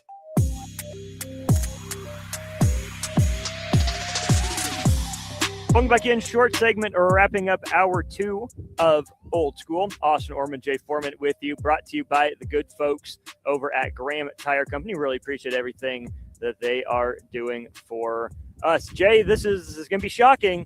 There's another Georgia football player arrested for speeding. Even with these gas prices? Even with these gas prices. He's not using gas, though. He's using the nitro. Hey, Maybe look, that's man, cheaper. I don't know what Kirby has to do. I mean, I think first of all, the young kids, behind obviously look with a lot of money in their pocket, and it doesn't matter if they're making $1 million or $100,000 or $50,000 outside of normal scholarship. They're able to have access to vehicles that they probably aren't developed enough mentally, physically, and experience-wise behind the wheel to be driving. Mm-hmm. But it's about that time that Kirby Smart says, "Listen." I'm only assuming because I think there's one stretch that most of the people get caught Picked up speeding, on, right? yeah. If I catch you or hear that you're doing that, there will be hell to pay. You will be fined. No more hell on wheels. Hell to pay. You will be fined an excessive amount NIL-wise. Mm-hmm. You will be running to the point that you won't want it. You will be wanting to Uber home from Georgia facility. Yeah. And if you continue to break this rule, you will be suspended, and then you will be permanently gone as well. Mm-hmm. And the reason why is because sometimes you have to lay down these harsh rules to get them out of their own way and also set the precedent, right? You can't just say, look, no, by no means do I drive the speed limit. So if I'm driving, in a 75, I might go 80, 82. Mm-hmm. That's not 25 miles over. No. Now, I'm not on that same stretch right, all the time. And with a ton of, here's an example, right? When we were making a national championship run in 95, right? We won in 94. There was some activity down on Oak Street, right? And they were busting up Coach Oz. Look, we've had some stuff in the past, well before I got here. Matter of fact, stuff happened on my recruiting trip. But it was all kind of accumulation. We were winning. Now all of a sudden, you go from the hero to villain. Coach Osborne doesn't have the team under control. Christian Peter stood up. Christian Peter, of all people, but a great leader, said, "Listen, if we hear or catch any of you guys, young or old, down on O Street, don't worry about the coaches. You got to deal with us, and you got to deal with me." That's leadership. And that's as harsh as you have to be. You wonder why we were great. You had guys that learned from their mistakes, sacrificed. Because look, during the season, it'd be great. We win. We beat Colorado. We'd like to go kick it. No, we're locked in and loaded, right? Mm-hmm. But if you're out there messing up, being a selfish player, and it's hurting us, the team, and then hurting our coach, hurting our brand, which then obviously hurts our pockets and the way that we're perceived, both locally and nationally, then we got to tighten you up. So it's time for those guys to really step up and be, hold the guys accountable, because ultimately, again, do you have to go 30 miles over? No. You shouldn't have to. Yeah. Look, I would just take all the guys to whatever. Do they have Atlanta Speedway? Okay. Yeah, you guys say do a race, NASCAR race down there. Get it all out of your system. Yeah, go right down there. Let's go, Hot Rod. Let's see how good you are. We'll make a day of it. We'll make a day of it. We'll have like when you've been running and instead of movie night, let's go have race day. Just get in the car. We'll just everybody cheer you on. Get it out your system. So I think Kirby can't deny this though. Mm-hmm. That's what he can't do, and he understands. You got to understand the magnitude of it. You can't just say, "Look, man, look, this is a great play." No, this is stupid. Mm-hmm. It's dangerous. It's reckless. And sure, players live on the edge. I'll never forget, man. I was training one time up in Colorado. This dude, I won't say his name. I saw this dude, and I was in the other car where he thought it was cool to, when the light turned red, to gun it through, taking his chances, right? But what it shows is a lack of reality. Yeah. And if you don't have reality, you can't be a good player. And it didn't work out. So I think Kirby has to step up, and they're looking for you now. I guarantee you, if players, when I played, were down on O Street, when the bar ends and everybody's out there and you get some little dude that thinks he's a tough guy against a football player, they're going right after the football player as far as the police and stuff like that, which, you know. They even got the bouncers down there to jam me up. Yeah, man, taking fake IDs, man. You know, I was trying to get in the Brothers or wherever it was, man. Let a brother eat a little bit. But I'm just saying, if you're down there enough and you're when they're looking for you, then, you know, you got to set some team rules and parameters to stop that. That you do. I do wonder how that would play with, like, no C.J. Allen in there as a defensive leader. I wonder what Gunnar Stockton's reputation is, because Aaron Murray ain't walking through that door. No. And neither is Stetson Bennett, who has his own issues, but he was a great leader. You know, neither is, you know, some of the other guys who was Nakobe Dean. He's not walking through there, who you seen him tighten somebody up right in the middle of a game. Right. Roquan Smith. Right. Roquan Smith. Those guys aren't there. And so sometimes, and this is one thing about leadership, and, you know, we're going to get into this at the 5 o'clock hour, talk about leadership. And sometimes when you have a young, immature team that don't have those type of leaders, it's on the adults. And that's where Kirby has to step up, because losing a C.J. Allen, you heard the Colts talk about him, by their rankings, one of the best leadership scores coming out in the last 5 years, he said. That's hard to replace. And they're trying to replace it right now, and they're not, and then it's not working out too well. We'll have that leadership conversation here in the 5 o'clock hour. About 5:45, we're expecting to have some conversations with a couple players from Nebraska's opponent at South Dakota. We'll keep you posted on that. Stick with us. Hour 3 of Old School's next.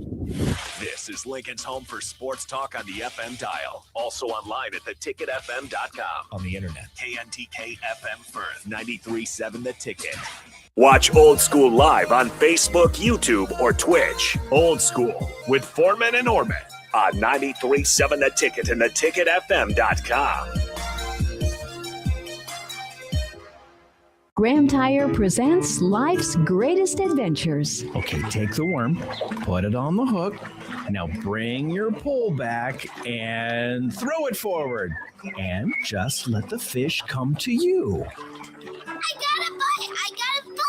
It's a big one, Dad! Great road trips start with great service. Graham Tire, your tire store next door, with 5 convenient Lincoln locations, getting you to the places that matter most. This is Jordy Ball for Anderson Ford. For years, Anderson has relied on an exceptional customer experience. But just this once, they're going to rely on a really great pitch. Right now, lease a 2026 Ford F-150 for $197 per month for 36 months. Experience better at Anderson Ford. Stock number 1008753. $99 per month lease for 36 months with approved credit. 7,500 miles per year. $10,250 due at signing. No security deposit required. Tax, title, and license fees extra. Residency restrictions apply. Program subject to change. Must take new retail delivery from Anderson Auto Group by 4/30/26. At Planet Fitness, we know how important it is to take care of both your mind and body.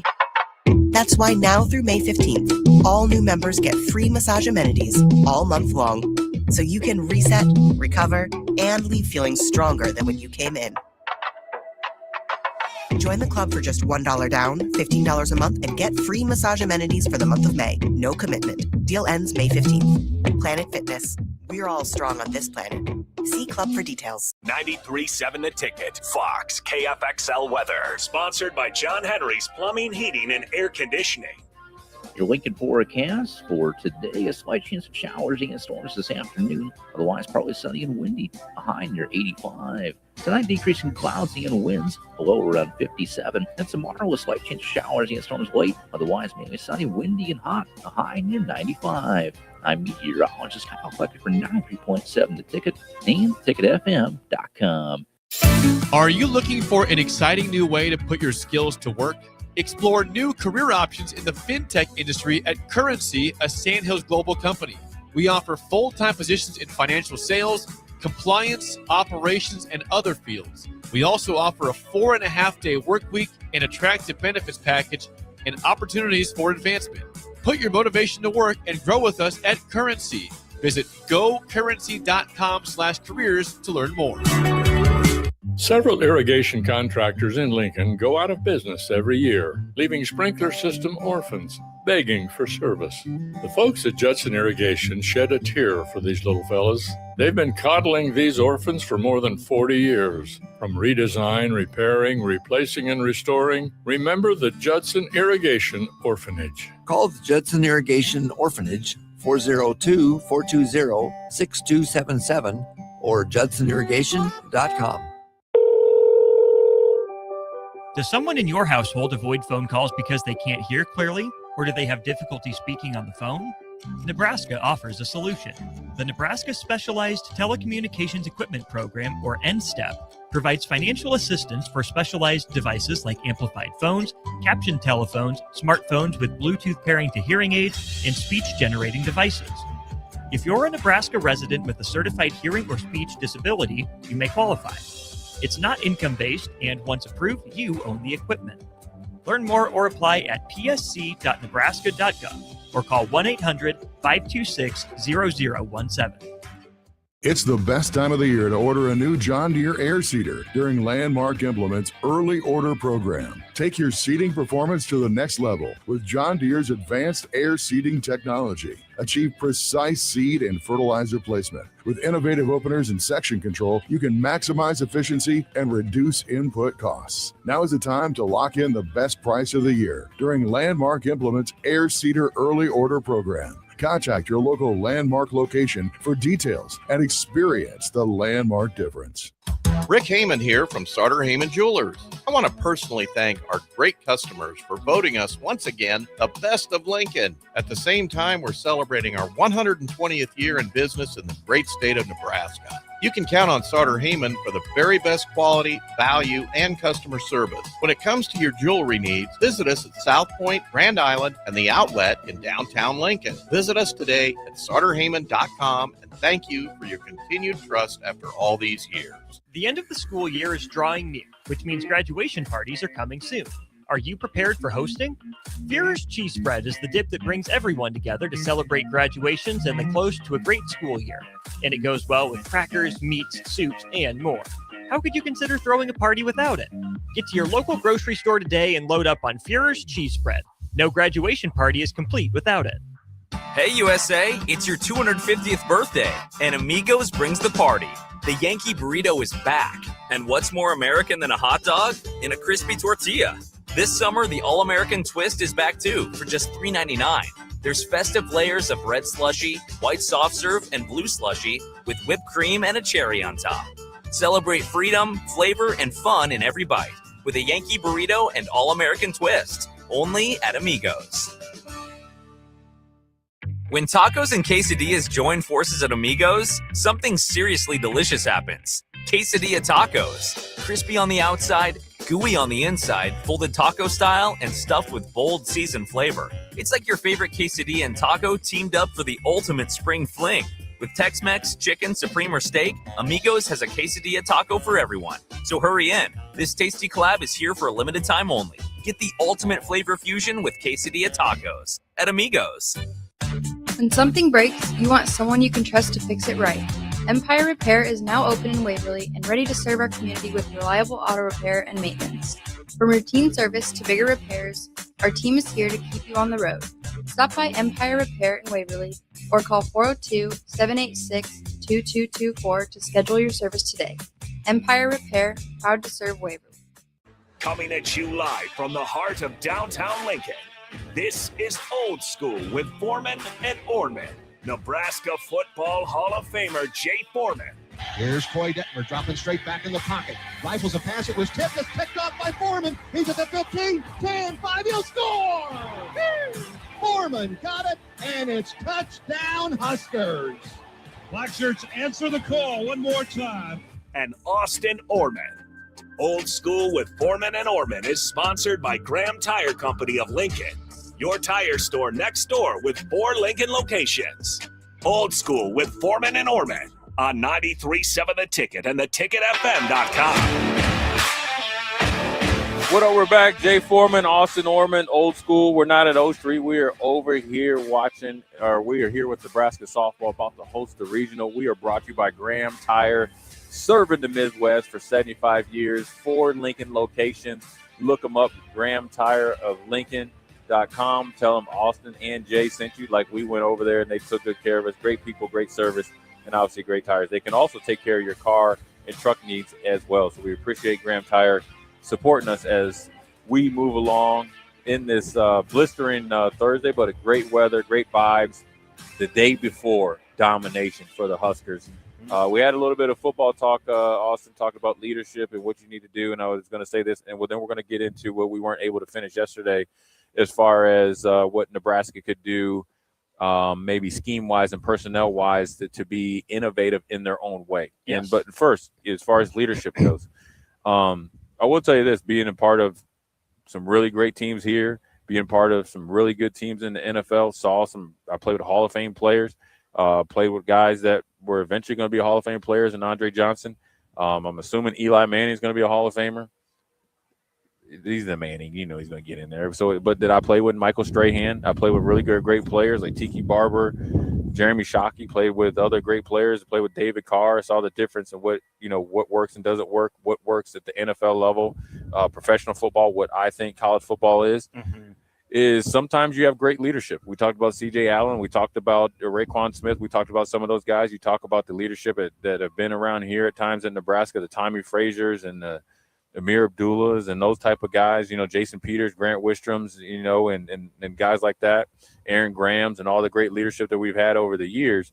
But that's not sometimes replicated year in and year out. So what happens if you have maybe a really talented team, talented players, talented room as far as like whatever position group, but the leadership hasn't came to fruition yet? Well, then it's more onus on the adults, which will be the assistant coach and the coaches, to lead. And you have to be you have to be hands-on, you have to demand, and you have to push.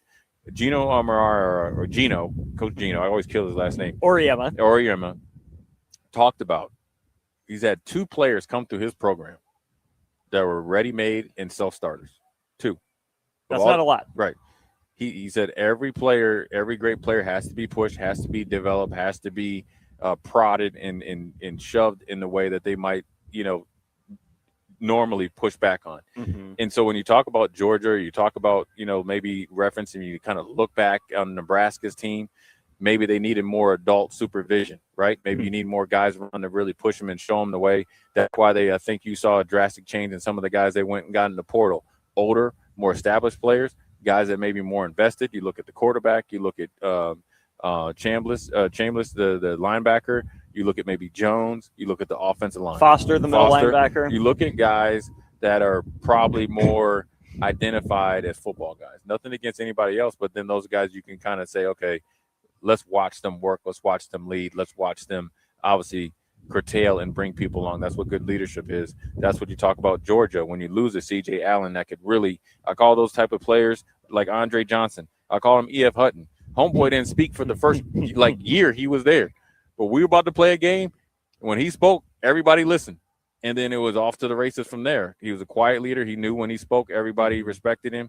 But it was his work and preparation. But ultimately, his words were resounding and obviously stuck with us. And so that's what Georgia and a lot of teams need, especially in this day and age of the transfer portal, because you're not able to foster a young leader from early in his career all the way through, because once he shows some spark, like you talked about, if you play 10% on a national championship team, then next thing you know, he's in the portal because Kansas State is willing to pay him a little bit more than what maybe Texas has. You saw that at times in the portal this year. You had guys that were getting NIL deals going to other schools. And so you have to make sure that when you have a pulse on your team, you step in, show them, lead them, guide them, but you're in it with them. It's not talking down to them. It's talking with them, and you try to move in the right direction. How important is it for a team's best leaders to be consistent players? It's in very terms important. of, I mean, because I think of, maybe this isn't the best example, like Udonis Haslem down in Miami, right? It's great that he's a leader. It's great that he's a culture guy. Or, James Johnson for as long as he's in the NBA. I don't want to, bring up names from Nebraska, but I have some players in mind. It's great that they're good leaders. Right. It's great that they're working hard in the weight room. It's great that guys like them. But if they're not on the field and they're not playing, they don't really have a chance to back it up. Yeah. So I think that's where it's important for you to develop those leadership skills in your better players, where sure, maybe you can get away. I don't even want to say a bad apple, but a guy that is, more about him, just wants to do his job. If he has a moment of leadership, great, but he's just going to handle his own business. because I think when you look at, a C.J. Allen or a Nakobe Dean or Roquan Smith for the Georgia examples, obviously you want your quarterback, right, to be a leader in their own way. It's great if Anthony Calandria is going to talk and say that the right things, but unless he performs at Nebraska, what good is it going to do Nebraska? What T.J. Lateef, right? He can be, presumably an excellent teammate, as the presumptive backup quarterback.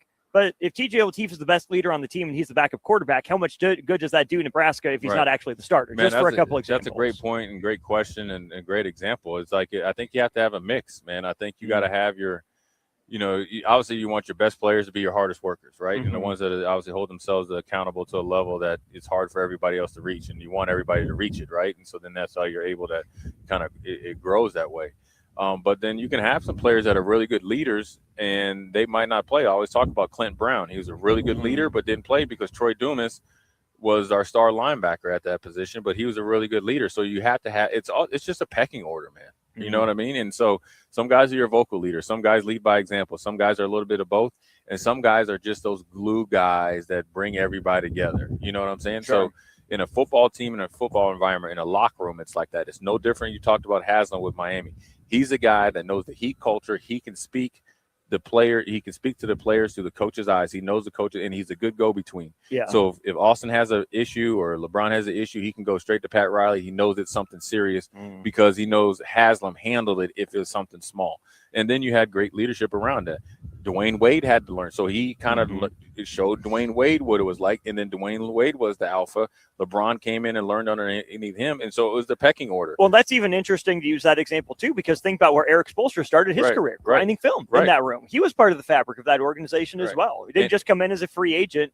He's been through that grind in his own career as well. And then when he became head coach, who kind of mentored him and showed him how to be a head coach and a leader? Pat Riley. Right. So it was all a process. So I think it's a process. Leadership's a process, and sure, there's some guys that say leaders are born and all that. But I think, look, I feel like guys have, their own leadership qualities. Like I probably led a little bit different than, like Jason Peter.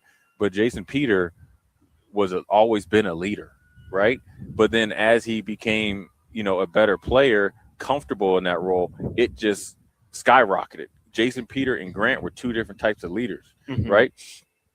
Aaron Taylor was different, right? T. Fraze was different. But the T. Fraze that you had, or like those guys as freshmen versus seniors, are totally different because they have more experience, right? And then when I think you become a leader when you're really invested into what you're doing. That's why hopefully the young guys that they've been bringing in now, essentially all the COVID guys are gone and all, I guess, the holdovers are gone, where you get young guys that, like, they don't know what they don't know and they're really trying to win. So they're seeing some things from maybe the older players they think that they want to change and do better, but they aren't able to say or do it yet. Now it's their time.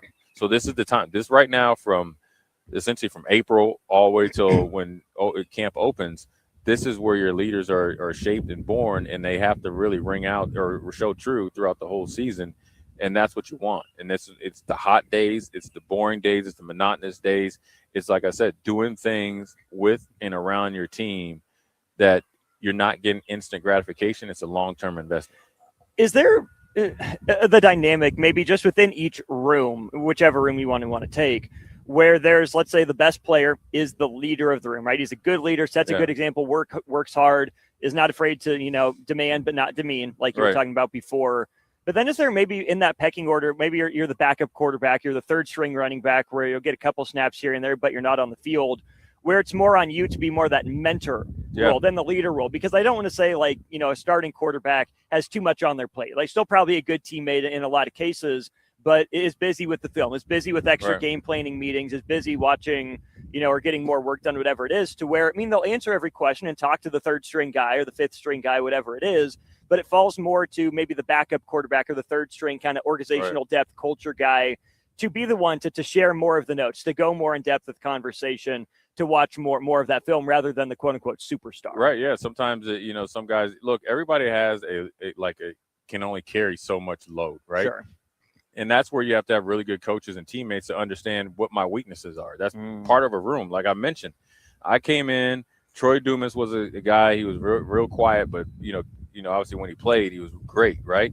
Then you had Clint Brown, who's, from a little bit Western Nebraska, came in a true Husker through and through. So the questions when I was trying to learn the defense and what it meant to play at Nebraska, I was asking Clint, we were all asking him, and he was kind of being able to hold court. He was able to have the same type of authority in meetings as Troy because they worked in tandem together. It's like almost good cop, bad cop, Batman, Robin, and you had that in every single room.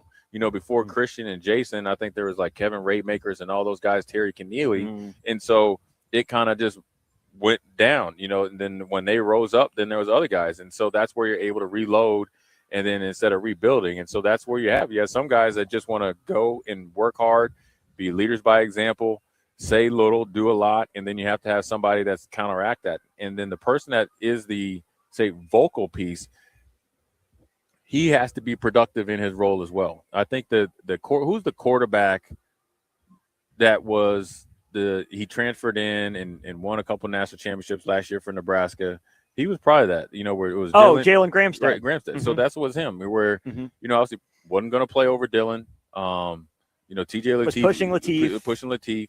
But he was a guy there that where when Coach Thomas was talking and Lateef, maybe wasn't able to ask Dylan or Coach Thomas, Gramstead was there to answer those questions. Yeah. And to help. And so that's what you need in every team. I mean, look, leadership is not just based on the captains. No. And I always say this, the best leaders are because you have a lot of players that are willing to be led. Best coaches, because you have a lot of great coaches around you that want to be led, and they want the players that want to be coached, and so you can't be a good leader without good people around you. So it is even though everybody looks at captains and thinking like, oh, these are the 4 or 5 captains, or in Nebraska's case, the single digit guys, it goes well beyond that. You want if you have 10 guys that are your guys, right, or if you you're say 12 guys are on your unity council, and those are your top 12 leadership guys. You actually want to multiply that by 4, at least, right? 40. You want to have 48 to 50 guys that all have the same mindset in pushing towards the same goal. Because as much as I'm a captain as a senior, there's going to be days I might have to lean on Austin as a freshman. You get what I'm saying? Oh yeah. Because but that means I need to be buttoned up every day, right. Not just be in freshman mode, but be in football mode. And you got right, because I got in order for me to lead you, Austin, as an older player, I got to be willing to get on your level. And in order for you to want to get to where I'm at, you got to try to get on my level mentally, right? And what's the whole thing? Fake it till you make it. When you come in, I mean, look, I'm a freshman starting. I walk into the huddle. I'm the only one that hadn't played yet. You get what I'm saying? Yeah. So, but you got to act like you played. Hey, if you don't think I was nervous, scared, and all that stuff, and knowing I had to act like I was one of those guys, right? I had to watch. I had to learn. That made me mature a lot faster. I had to understand as much as I had guys that were in my same class that were able to go out and have more fun because they were either redshirt or not playing.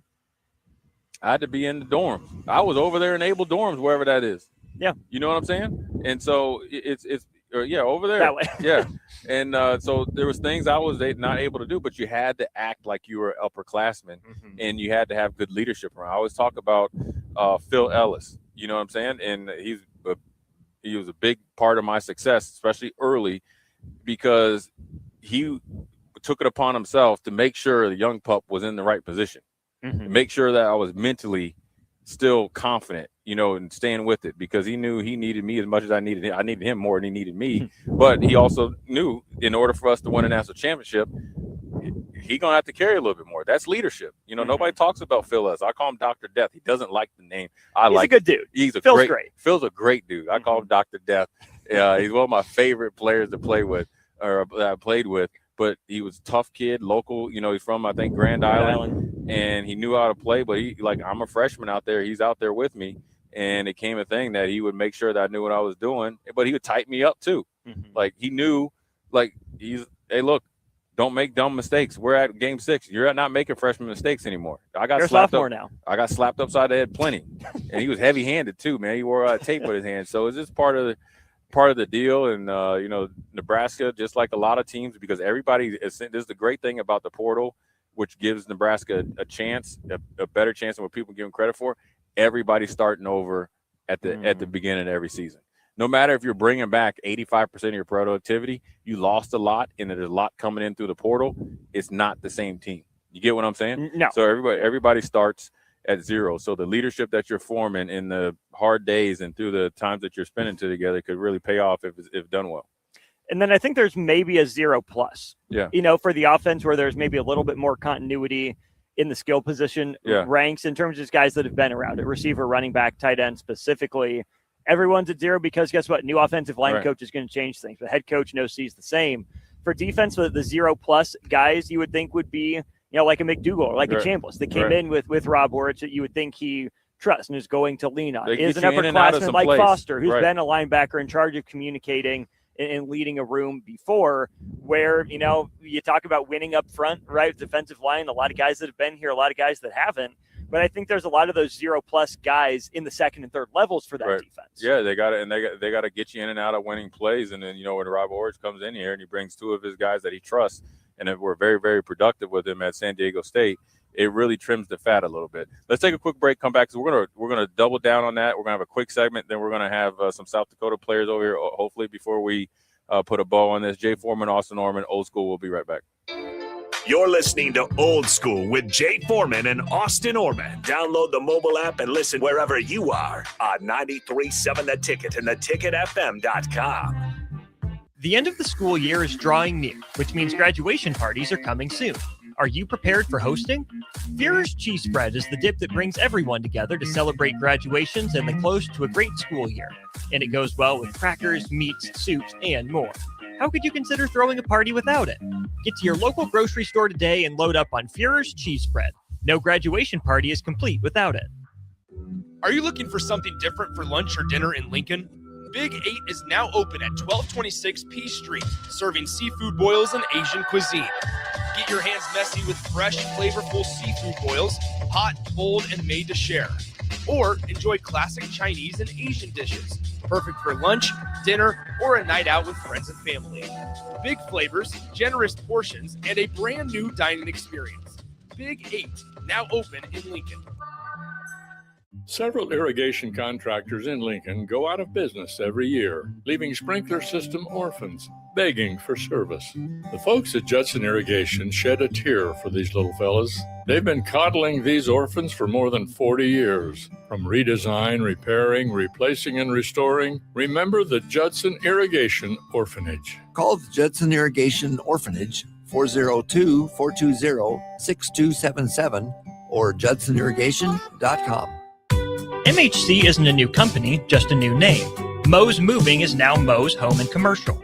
Whether moving across town or across the state, MHC Moving has you covered, specializing in home, apartment, assisted, and independent living moves.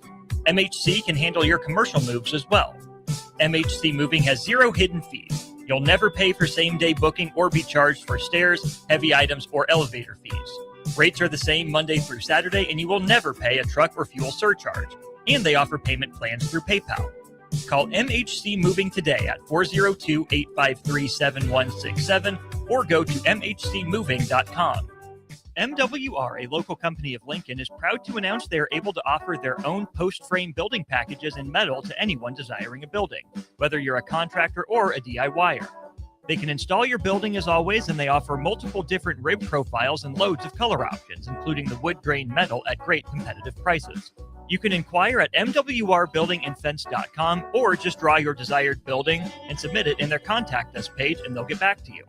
Call MWR today at 402-540-8966.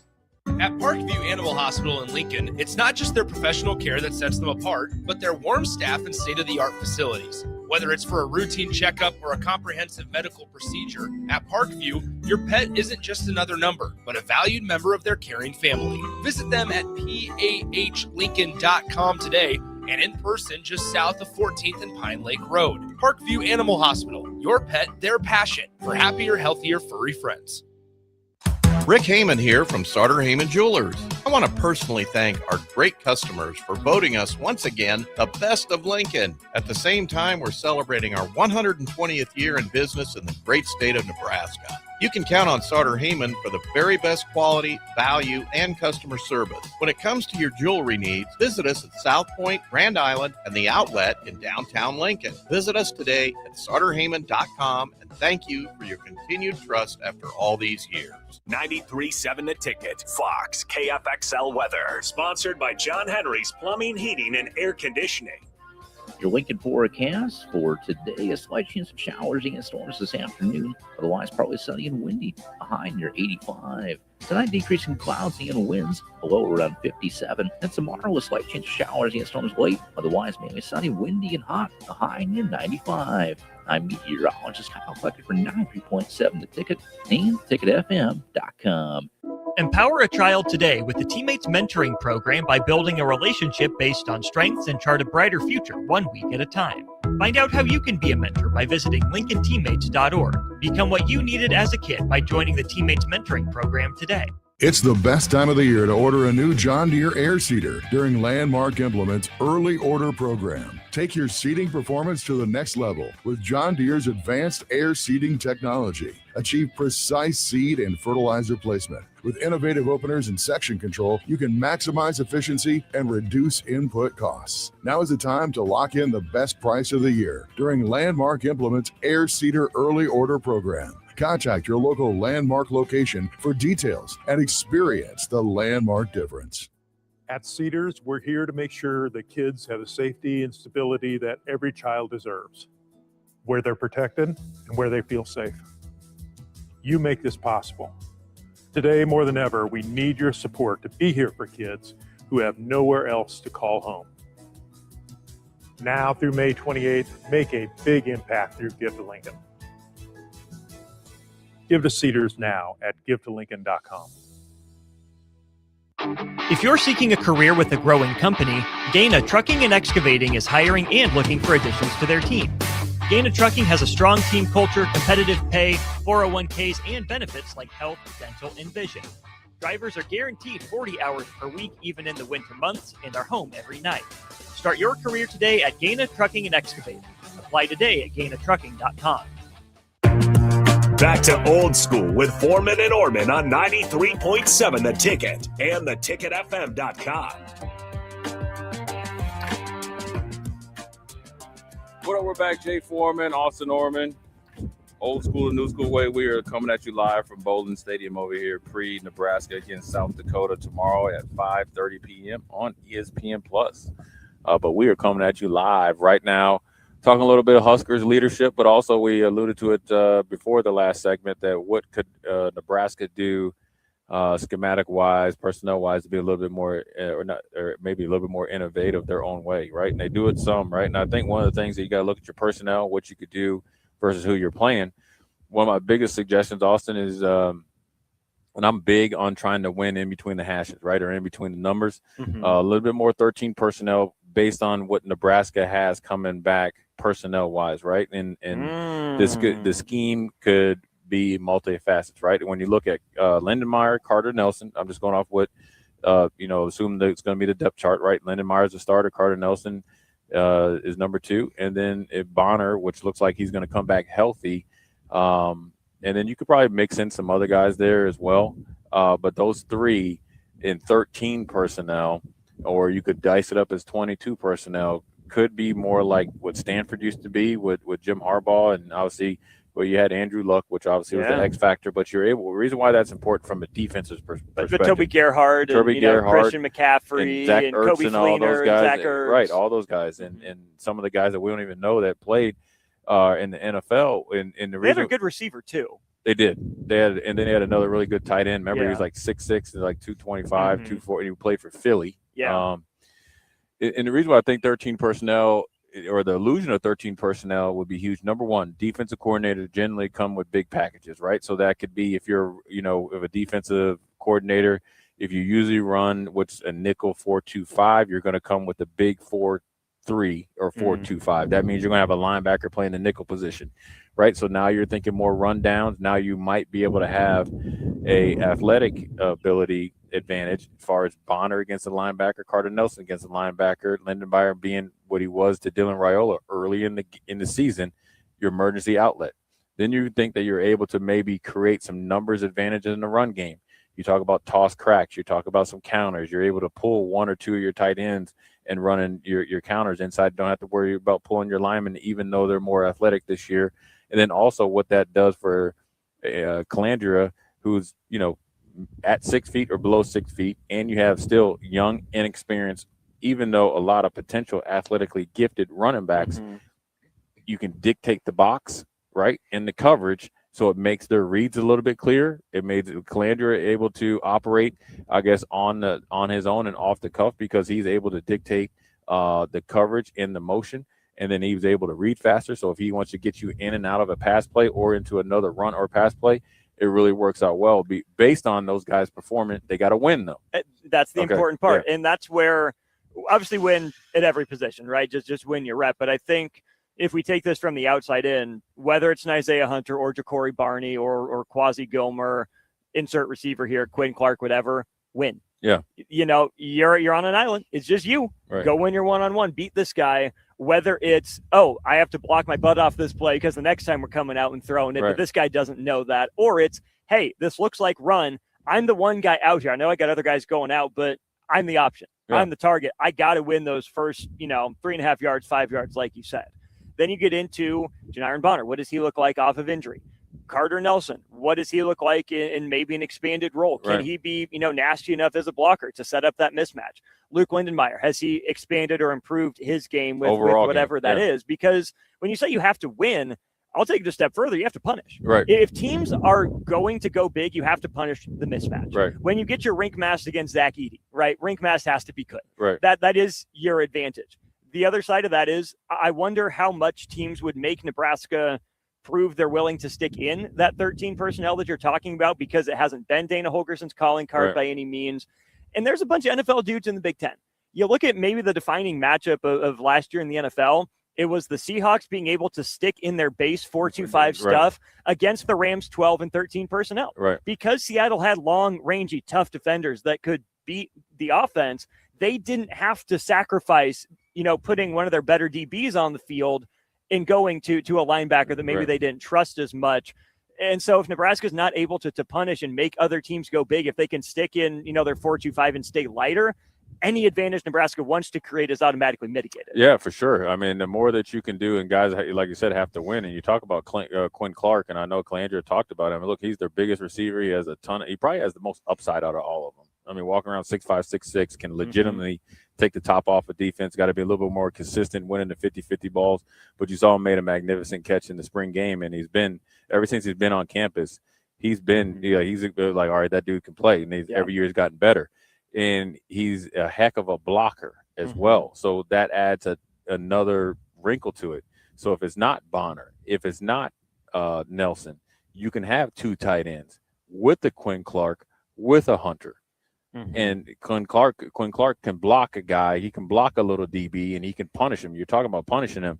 I think the biggest thing for Nebraska, if you want 13 personnel to work, 11 personnel to work, 12 personnel to work, 21 personnel, whatever it is we need, especially on the edges, as far as like the tight end position or the slot, and Ja'Cory Barney as well, because he's a willing blocker.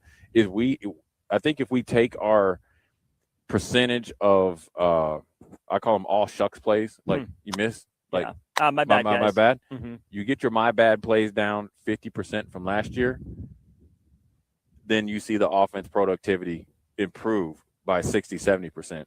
Reason why that's important, I think the only thing that's really been Nebraska, I think Nebraska's done a good job of trying to like not shooting themselves in the foot, like personal fouls and all that. Now, look, there's been games where we had a lot of penalties and stuff like that, but overall it's a little bit better.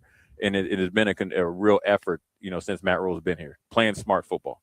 All right, now we've done that, right? And then we got to continue it, because I think it's something that you have to continue to do, right? Because it's not all the way fixed, but you can't deny that they're trying to fix it, right? Because they've been actually, small but surely getting better at it. I think the next thing we need to do is get rid of or eliminate or obviously bring that percentage down of what I call direct access plays. The direct access plays are either we forget who to block or we get beat so cleanly that the play can't run. Yeah. When we start to get the stalemates, and even if it's not a complete win, but we're at least getting in guys' way, I feel that's where you saw where Emmett really took off. A lot of his runs, the offensive line last year didn't get the credit. 100 yards by yourself in the Big Ten. Yeah. You don't rush for 200 yards against Iowa by yourself. Guys are getting on guys, and Emmett did a really good job. That's why he's in the pros and drafted going to Kansas City. But I think if we get rid of our direct access plays, obviously by 50%, and that's all along with the personnel groupings, that's really, really good offensively. Now, defensively, when you flip to the other side, I'm assuming we're going to be a little bit more simpler. 4-2-5, 4-man front. Again, the direct access plays. Let's eliminate those. You think back to Michigan game, right, where you had some big runs, but the runs were into the right call. Yeah. Right? The Underwood one where the C's just opened right, up. C just opened up, right? That comes to a little bit more awareness, right, of a young quarterback. When you're running line stunts and you're a linebacker, you can't turn your back, right? You got to make him throw the ball. You got to make him fit it in there, right? Because they only ran, the over routes and the level routes that got you, right? Where you think of, whereas like defensively, as far as what Nebraska can do schematically is continue to be simple, but then also use guys in certain ways to where they're very, very effective. So you have a guy that's I call him your all-time pass rusher. You put him out in a 9 technique, 10 technique, and teach him 1 or 2 things to do. Then if you have guys that are run stuffers, you got to get plays out of them. And then after that, you have personnel groupings that when they come in, they know they have to be highly effective. And an example of this is when the New York Giants beat the New England Patriots, when the New England Patriots were trying to, be go undefeated in the Super Bowl, the Giants had a NASCAR lineup. So you had Michael Strahan, you had OC, you had what's the other guy, number 91, where they were all defensive ends and they were able to get a ton of pressure. Matthias Kaiwanuka? Yeah, Kaiwanuka, and they had my man Justin Tuck. So they were able to do that. So we're going to take a quick break, come back, because I think we have a couple South Dakota Coyotes softball ladies coming over so we can pick their brain before they play Nebraska tomorrow. Jay Foreman, Austin Orman, we'll be right back. Watch Old School live on Facebook, YouTube, or Twitch. Old School with Foreman and Orman on 93.7 The Ticket and theticketfm.com. Rick Heyman here from Sartor Heyman Jewelers. I want to personally thank our great customers for voting us once again the best of Lincoln. At the same time, we're celebrating our 120th year in business in the great state of Nebraska. You can count on Sartor Heyman for the very best quality, value, and customer service. When it comes to your jewelry needs, visit us at South Point, Grand Island, and the Outlet in downtown Lincoln. Visit us today at sartorheyman.com, and thank you for your continued trust after all these years. MHC isn't a new company, just a new name. Moe's Moving is now Moe's Home and Commercial. Whether moving across town or across the state, MHC Moving has you covered, specializing in home, apartment, assisted, and independent living moves. MHC can handle your commercial moves as well. MHC Moving has 0 hidden fees. You'll never pay for same-day booking or be charged for stairs, heavy items, or elevator fees. Rates are the same Monday through Saturday, and you will never pay a truck or fuel surcharge. And they offer payment plans through PayPal. Call MHC Moving today at 402-853-7167 or go to mhcmoving.com. If you're seeking a career with a growing company, Gaina Trucking and Excavating is hiring and looking for additions to their team. Gaina Trucking has a strong team culture, competitive pay, 401ks, and benefits like health, dental, and vision. Drivers are guaranteed 40 hours per week, even in the winter months, and are home every night. Start your career today at Gaina Trucking and Excavating. Apply today at gainatrucking.com. MWR, a local company of Lincoln, is proud to announce they are able to offer their own post-frame building packages in metal to anyone desiring a building, whether you're a contractor or a DIYer. They can install your building as always, and they offer multiple different rib profiles and loads of color options, including the wood grain metal at great competitive prices. You can inquire at mwrbuildingandfence.com or just draw your desired building and submit it in their Contact Us page, and they'll get back to you. Call MWR today at 402-540-8966. Several irrigation contractors in Lincoln go out of business every year, leaving sprinkler system orphans begging for service. The folks at Judson Irrigation shed a tear for these little fellas. They've been coddling these orphans for more than 40 years. From redesign, repairing, replacing, and restoring, remember the Judson Irrigation Orphanage. Call the Judson Irrigation Orphanage 402-420-6277 or judsonirrigation.com. Empower a child today with the Teammates Mentoring Program by building a relationship based on strengths and chart a brighter future 1 week at a time. Find out how you can be a mentor by visiting lincolnteammates.org. Become what you needed as a kid by joining the Teammates Mentoring Program today.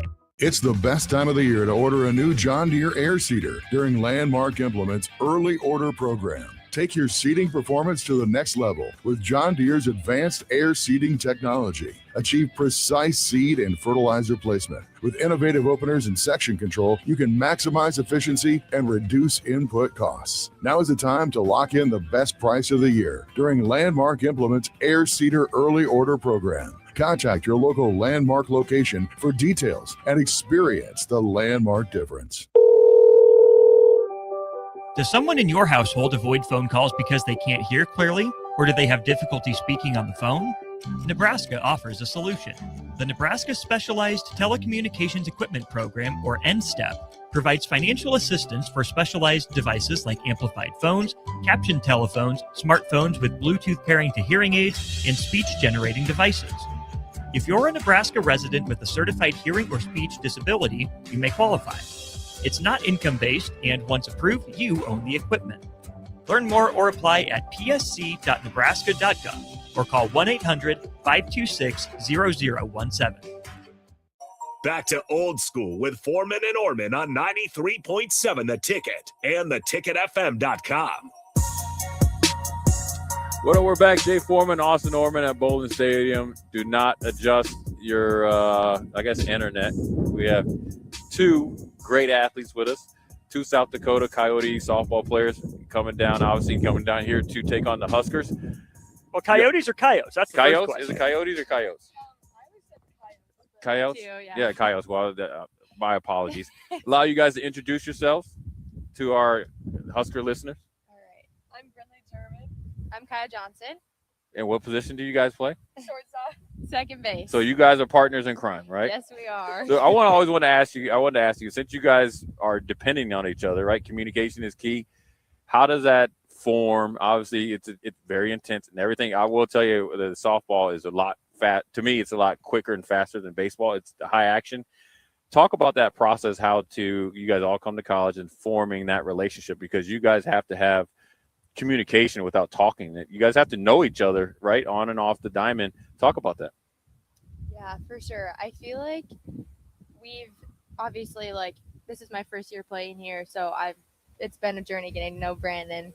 I feel like it's definitely been a progress of just lots of reps, honestly. Right. And now we're to the point where I can just look to Brandon anytime in the game, no matter errors, plays, no matter at what point, and just look to her and kind of my calm, brings me back down to peace and keeps me at peace too. And so I'm really looking forward to that when we play Nebraska too, and just letting her keep me chill. Yeah, I think our nonverbal communication has really, the more we gotten to know each other, now we became best friends towards the end of the season. And on the field, that helps so much, because I'm a flex position, so I only play the field. So after, if she doesn't have a great at bat, we can look at each other, and it's kind of a reset before the inning, to get our heads both straight and excited for the next inning and attack it defensively together.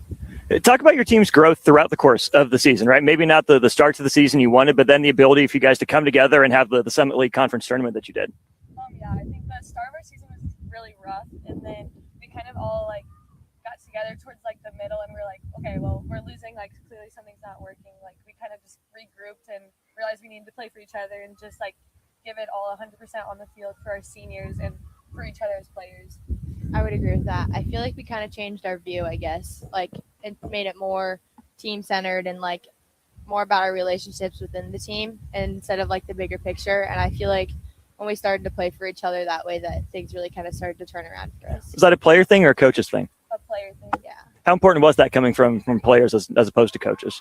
It was extremely important because we all go through everything together, the preseason, spring training, having our seniors and, just all of us collectively, freshmen through transfers through the seniors, everyone just collectively came together, and it was really exciting to see.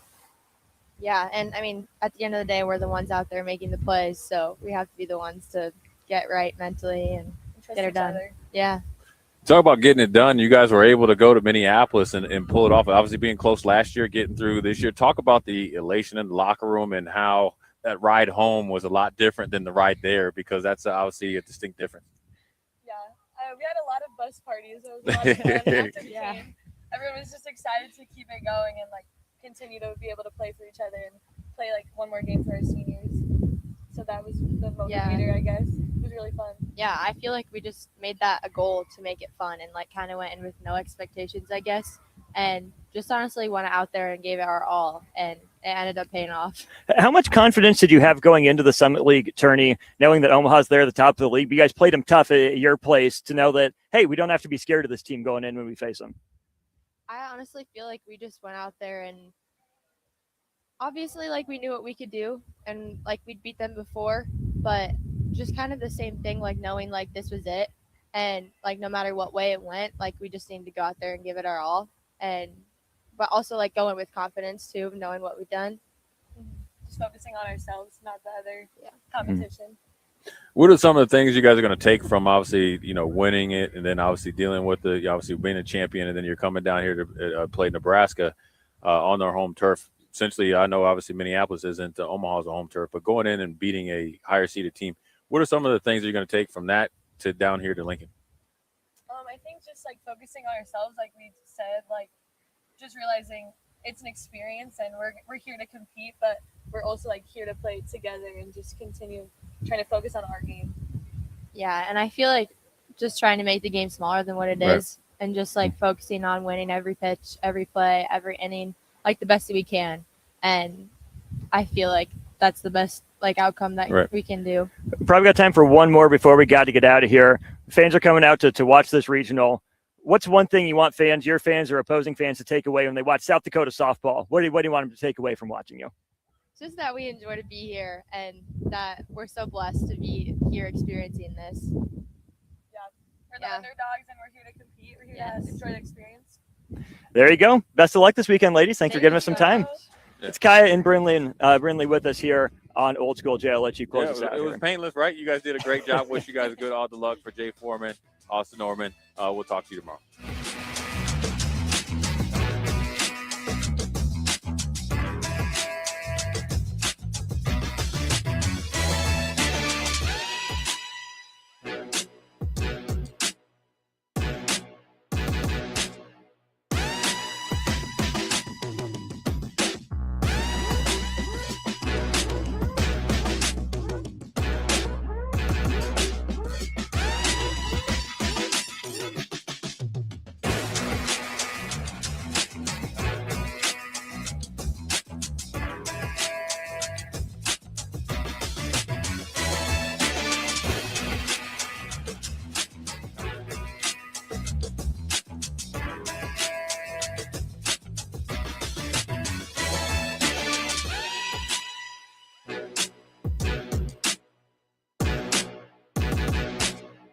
Several irrigation